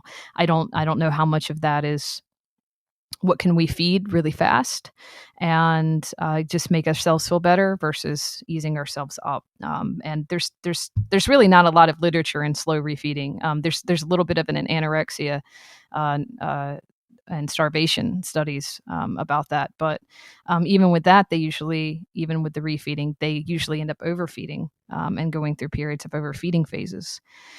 Depending on, just because someone is anorexia nervosa doesn't mean they necessarily were low body weight as well. So trying to dive through and mix the research on that is really complicated. So yeah, long-winded answer, but I would say kind of low grade intensity in training during phases of fat loss and doing only what you have to do, and maybe the kind of, for certain individuals, slower refeeding. But I will say that the majority of the time, what I say is just eat. So that's just a small, very small subsection of it, because the majority of people is like, oh, just eat. Or some individuals is, no, you don't need to even eat yet at all. Like, keep going if you can. Yeah. Now, a while back, Greg and I kind of got together. We surveyed the landscape of the fitness industry, and we had noticed that no one had made a podcast yet. So we made one. Oh, yeah. And I saw on your website that you also have a podcast in the works. So, kind of a two-part question. Why? And also, are you familiar with the term intellectual property? Sure. Well, I mean, so honestly, what Eric is fishing for here is he's wondering if we were your main inspiration or your only inspiration. well, as Peter Cetera would say, you're the meaning in my life. You're the inspiration. And I think that that applies to both of you equally. And I mean that from the bottom of my heart. And I take Chicago and Peter Cetera very seriously. So there's that. And I really don't have any original ideas, guys. I don't have a mind of my own ultimately. And when I saw that you were doing a podcast, I had to Google what it was. Even though I had done one years ago, that's not relevant. But I had to Google what it was, and I had to figure out the ins and outs of it and stuff like that. And it just seemed really fascinating to me. So It's like radio, but there is no barrier to entry. It's so groundbreaking. It's really what the internet's about, to be perfectly honest with you. So what's your angle here? What's your podcast going to be about? Well, mine is, if I'm to be honest with you, so much more groundbreaking than yours is. The premise of my podcast is I had this joke and that came about with the whole, well, let me Google that for you. I don't know if anyone listening or you guys have ever seen Let Me Google That For You, where you obnoxiously type something in to Google through this thing and send it to somebody and it says, let me Google that for you. And there's also kind of a common dickish phrase as well that's say, I'll just leave this right here. And someone who's kind of smarmingly and obnoxiously trying to explain what's right and how they're wrong, and they're just going to leave this right here for them to look at. And so the combination of those kinds of things festered and brewed in my brain, and I wanted the ability to kind of not be hindered and talk on a lot of topics. So I came up with the podcast. So I'll just leave this right here. And essentially, it's going to try to be my tactful and at times, evidence-based opinions or thoughts on commonly difficult and argumentative topics. And sometimes it'll also be other people's answers. And my way of passing it around was, if something comes up, there'll also be an article form too. I'll just put a little link and I'll just say, well, I'll just leave this right here. So if someone's talking about X and I happen to have talked about it, I'll just leave it right there and leave it on someone's link, and also everybody can just listen to it in general. But I was going to have guests as well every once in a while to come on, and they can leave something right there. And I just thought it'd be fun. I thought it'd be fun, and I thought it'd be something a little different. And yeah, there will definitely be fitness and nutrition based conversations and stuff like that around things. But there'll also be other things like, for example, my personal, and actually this is what I really should have said when you're talking about what I believe in that hasn't been proven, but my belief that people that don't return their shopping carts are, well, not good people, and that they're also probably higher in BMI. I'm just throwing it out there. I am. So I'm trying to find funding for this research.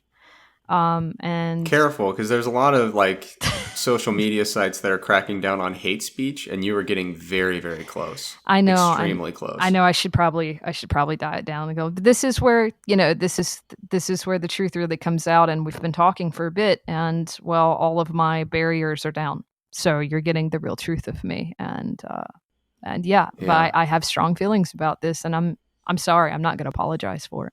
I'm just not. Well, you said I'm sorry. Well, so that wasn't you know what? I'm apparently Canadian, so She was apologizing for the fact that she's not going to apologize. I thought that was pretty obvious. It was a sorry, Okay, not I sorry kind of apologize. thing. But yeah. So that's where the important research really is. Not any of this. Yeah, that's where I'm going to put my real focus. Very cool. So, aside from the podcast, is there anything else we should be keeping an eye out for in the near future? Generally speaking, I'm trying to be a better contributor again into the realm of articles and things being written. I'm gonna have So I Read This Thing, a series on research or an article that I've read that I'm gonna be putting up on my blog, not behind a paywall. There'll be some behind a paywall for my members, but the majority of them will not be behind a paywall. And actually, and generally trying to get myself not behind a paywall so much so that I can. Kind of be a better contributor in that regard. And so my website, it's leigh.com, free stuff to see on my website, and everything points there. And if you can't find something that I'm supposed to do, that's my fault. So yeah, just that. And Can I make a suggestion when it comes to the paywall stuff? yes, you actually really can. A different approach you could take that I've been using. So I've done a lot of academic research, and I've worked out this cool scenario where I do all the work and it goes behind a paywall, but I don't make any money from it. Oh. Which is a very, very cool model that you might consider implementing if you just made a paywall, but gave away all of the money. And sometimes you have to pay a few $1,000s to have access to put your things behind the paywall. Okay. Yeah. All right. So it's a different model that kind of runs parallel to yours that you could consider. It's very cool, very legal. Inexplicably legal, to be honest. I'm gonna look into that. Thanks so much. It's something that all of the Harvard scientists are doing. Well, if they're doing it. All of your favorite people you've seen on the Dr. Oz show. I really love them. Actually, probably not many. I was about to say, I don't know about that, to be honest. All right. So we've got those things coming up on the horizon. Now, if people want to stay in touch with Leigh and they want to see what you're up to and connect with you, where can they find you on the internet? LeighPeele.com. My Facebook is Leigh Peele. I really apparently love my name. So it's just Leigh Peele is everything. I will be doing some speaking gigs. I'm going to be speaking at Evolve in Canada in September, and I'm going to be speaking in Seattle in August. So those two things are coming up. So if you're in Seattle or you're in Edmonton during those times, love to see you. That'd be great. And that's pretty much it. Trying to be low on the pluggy. I do have a book coming out, but it's not for a very, very long time. So that can wait. But I hope that you enjoyed the things that you see on my site. It's never too early to rev up. Yeah. I'm doing an Audible and major market and Kindle release. So it's major market release of Fat Loss Troubleshoot. And I've never done it before. I've always been ebook based, so I'm really excited, and it's going to be in 2020. I'm really excited about it. I feel it's the best stuff I've ever written. I can't wait till it's out there into the world. So I'm really excited about that. That's awesome. Congratulations. That's super cool. Congrats on getting that deal. Thank you very much. I'm really excited about it. We've got a thing on the podcast. If you hang on for like over an hour, we start to become sincere. So you finally cracked into it. Well, then I feel really honestly, I feel touched and blessed by that, because not to get too ass kissy, but really brilliant, both brilliant minds, and I'm not usually nervous or anticipatory. That's a word before coming on these kinds of things, but I was a little. I wanted to do justice, because I know it's going to be a great podcast. I know there's only been a few so far, but what I've heard is already great, and I know it's going to be great in the future. And to be a part of it, I'm actually really I'm really happy to be a part of it. Well, now that you've come on, I hope you can see that there was nothing to be worried about, because generally what ends up happening is that I wind up as the butt of all of the jokes. Yeah, he's kind of mean to you, Greg. He's a little... That's crazy. Well, he's a little mean to you. So I've learned my lesson, because he's the one that edits the audio. And so anytime I try to slip in a good joke where he's the butt of it, just cuts it out like a snowflake. That's amazing. Yeah, he has the power, dude. Yeah, I'd really... Yeah. If he's cutting the audio. Total beta soy boy move. Oh, can't take the heat. That was No, when I say funny things, they're lighthearted. You practice hate speech, and I have to leave that on the cutting room floor so that we don't get deplatformed. he's serving some good points. I'm gonna be honest, and you just called him a beta soy boy, so Yeah, but I was being sarcastic. sure, It was all in good sure, fun. of course, yes. Tell that to Zuckerberg when he shuts down our Facebook. Oh man. All right. Well, Leigh, thank you so much for coming on. We really enjoyed talking to you. We hope that maybe someday you'll consider our dinner invitation. You can bring whoever you want. It's not like a super selective thing. Absolutely. But thanks so much for coming on. We really appreciate your time. Thank you so much for having me. Really, thank you. Thanks for listening to the Stronger by Science podcast.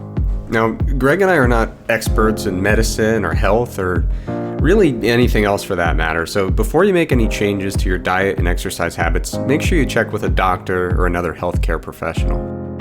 If you enjoyed this podcast and you'd like to support it, visit strongerbyscience.com to check out the products and services that we offer. Thanks for listening, and we'll see you next time.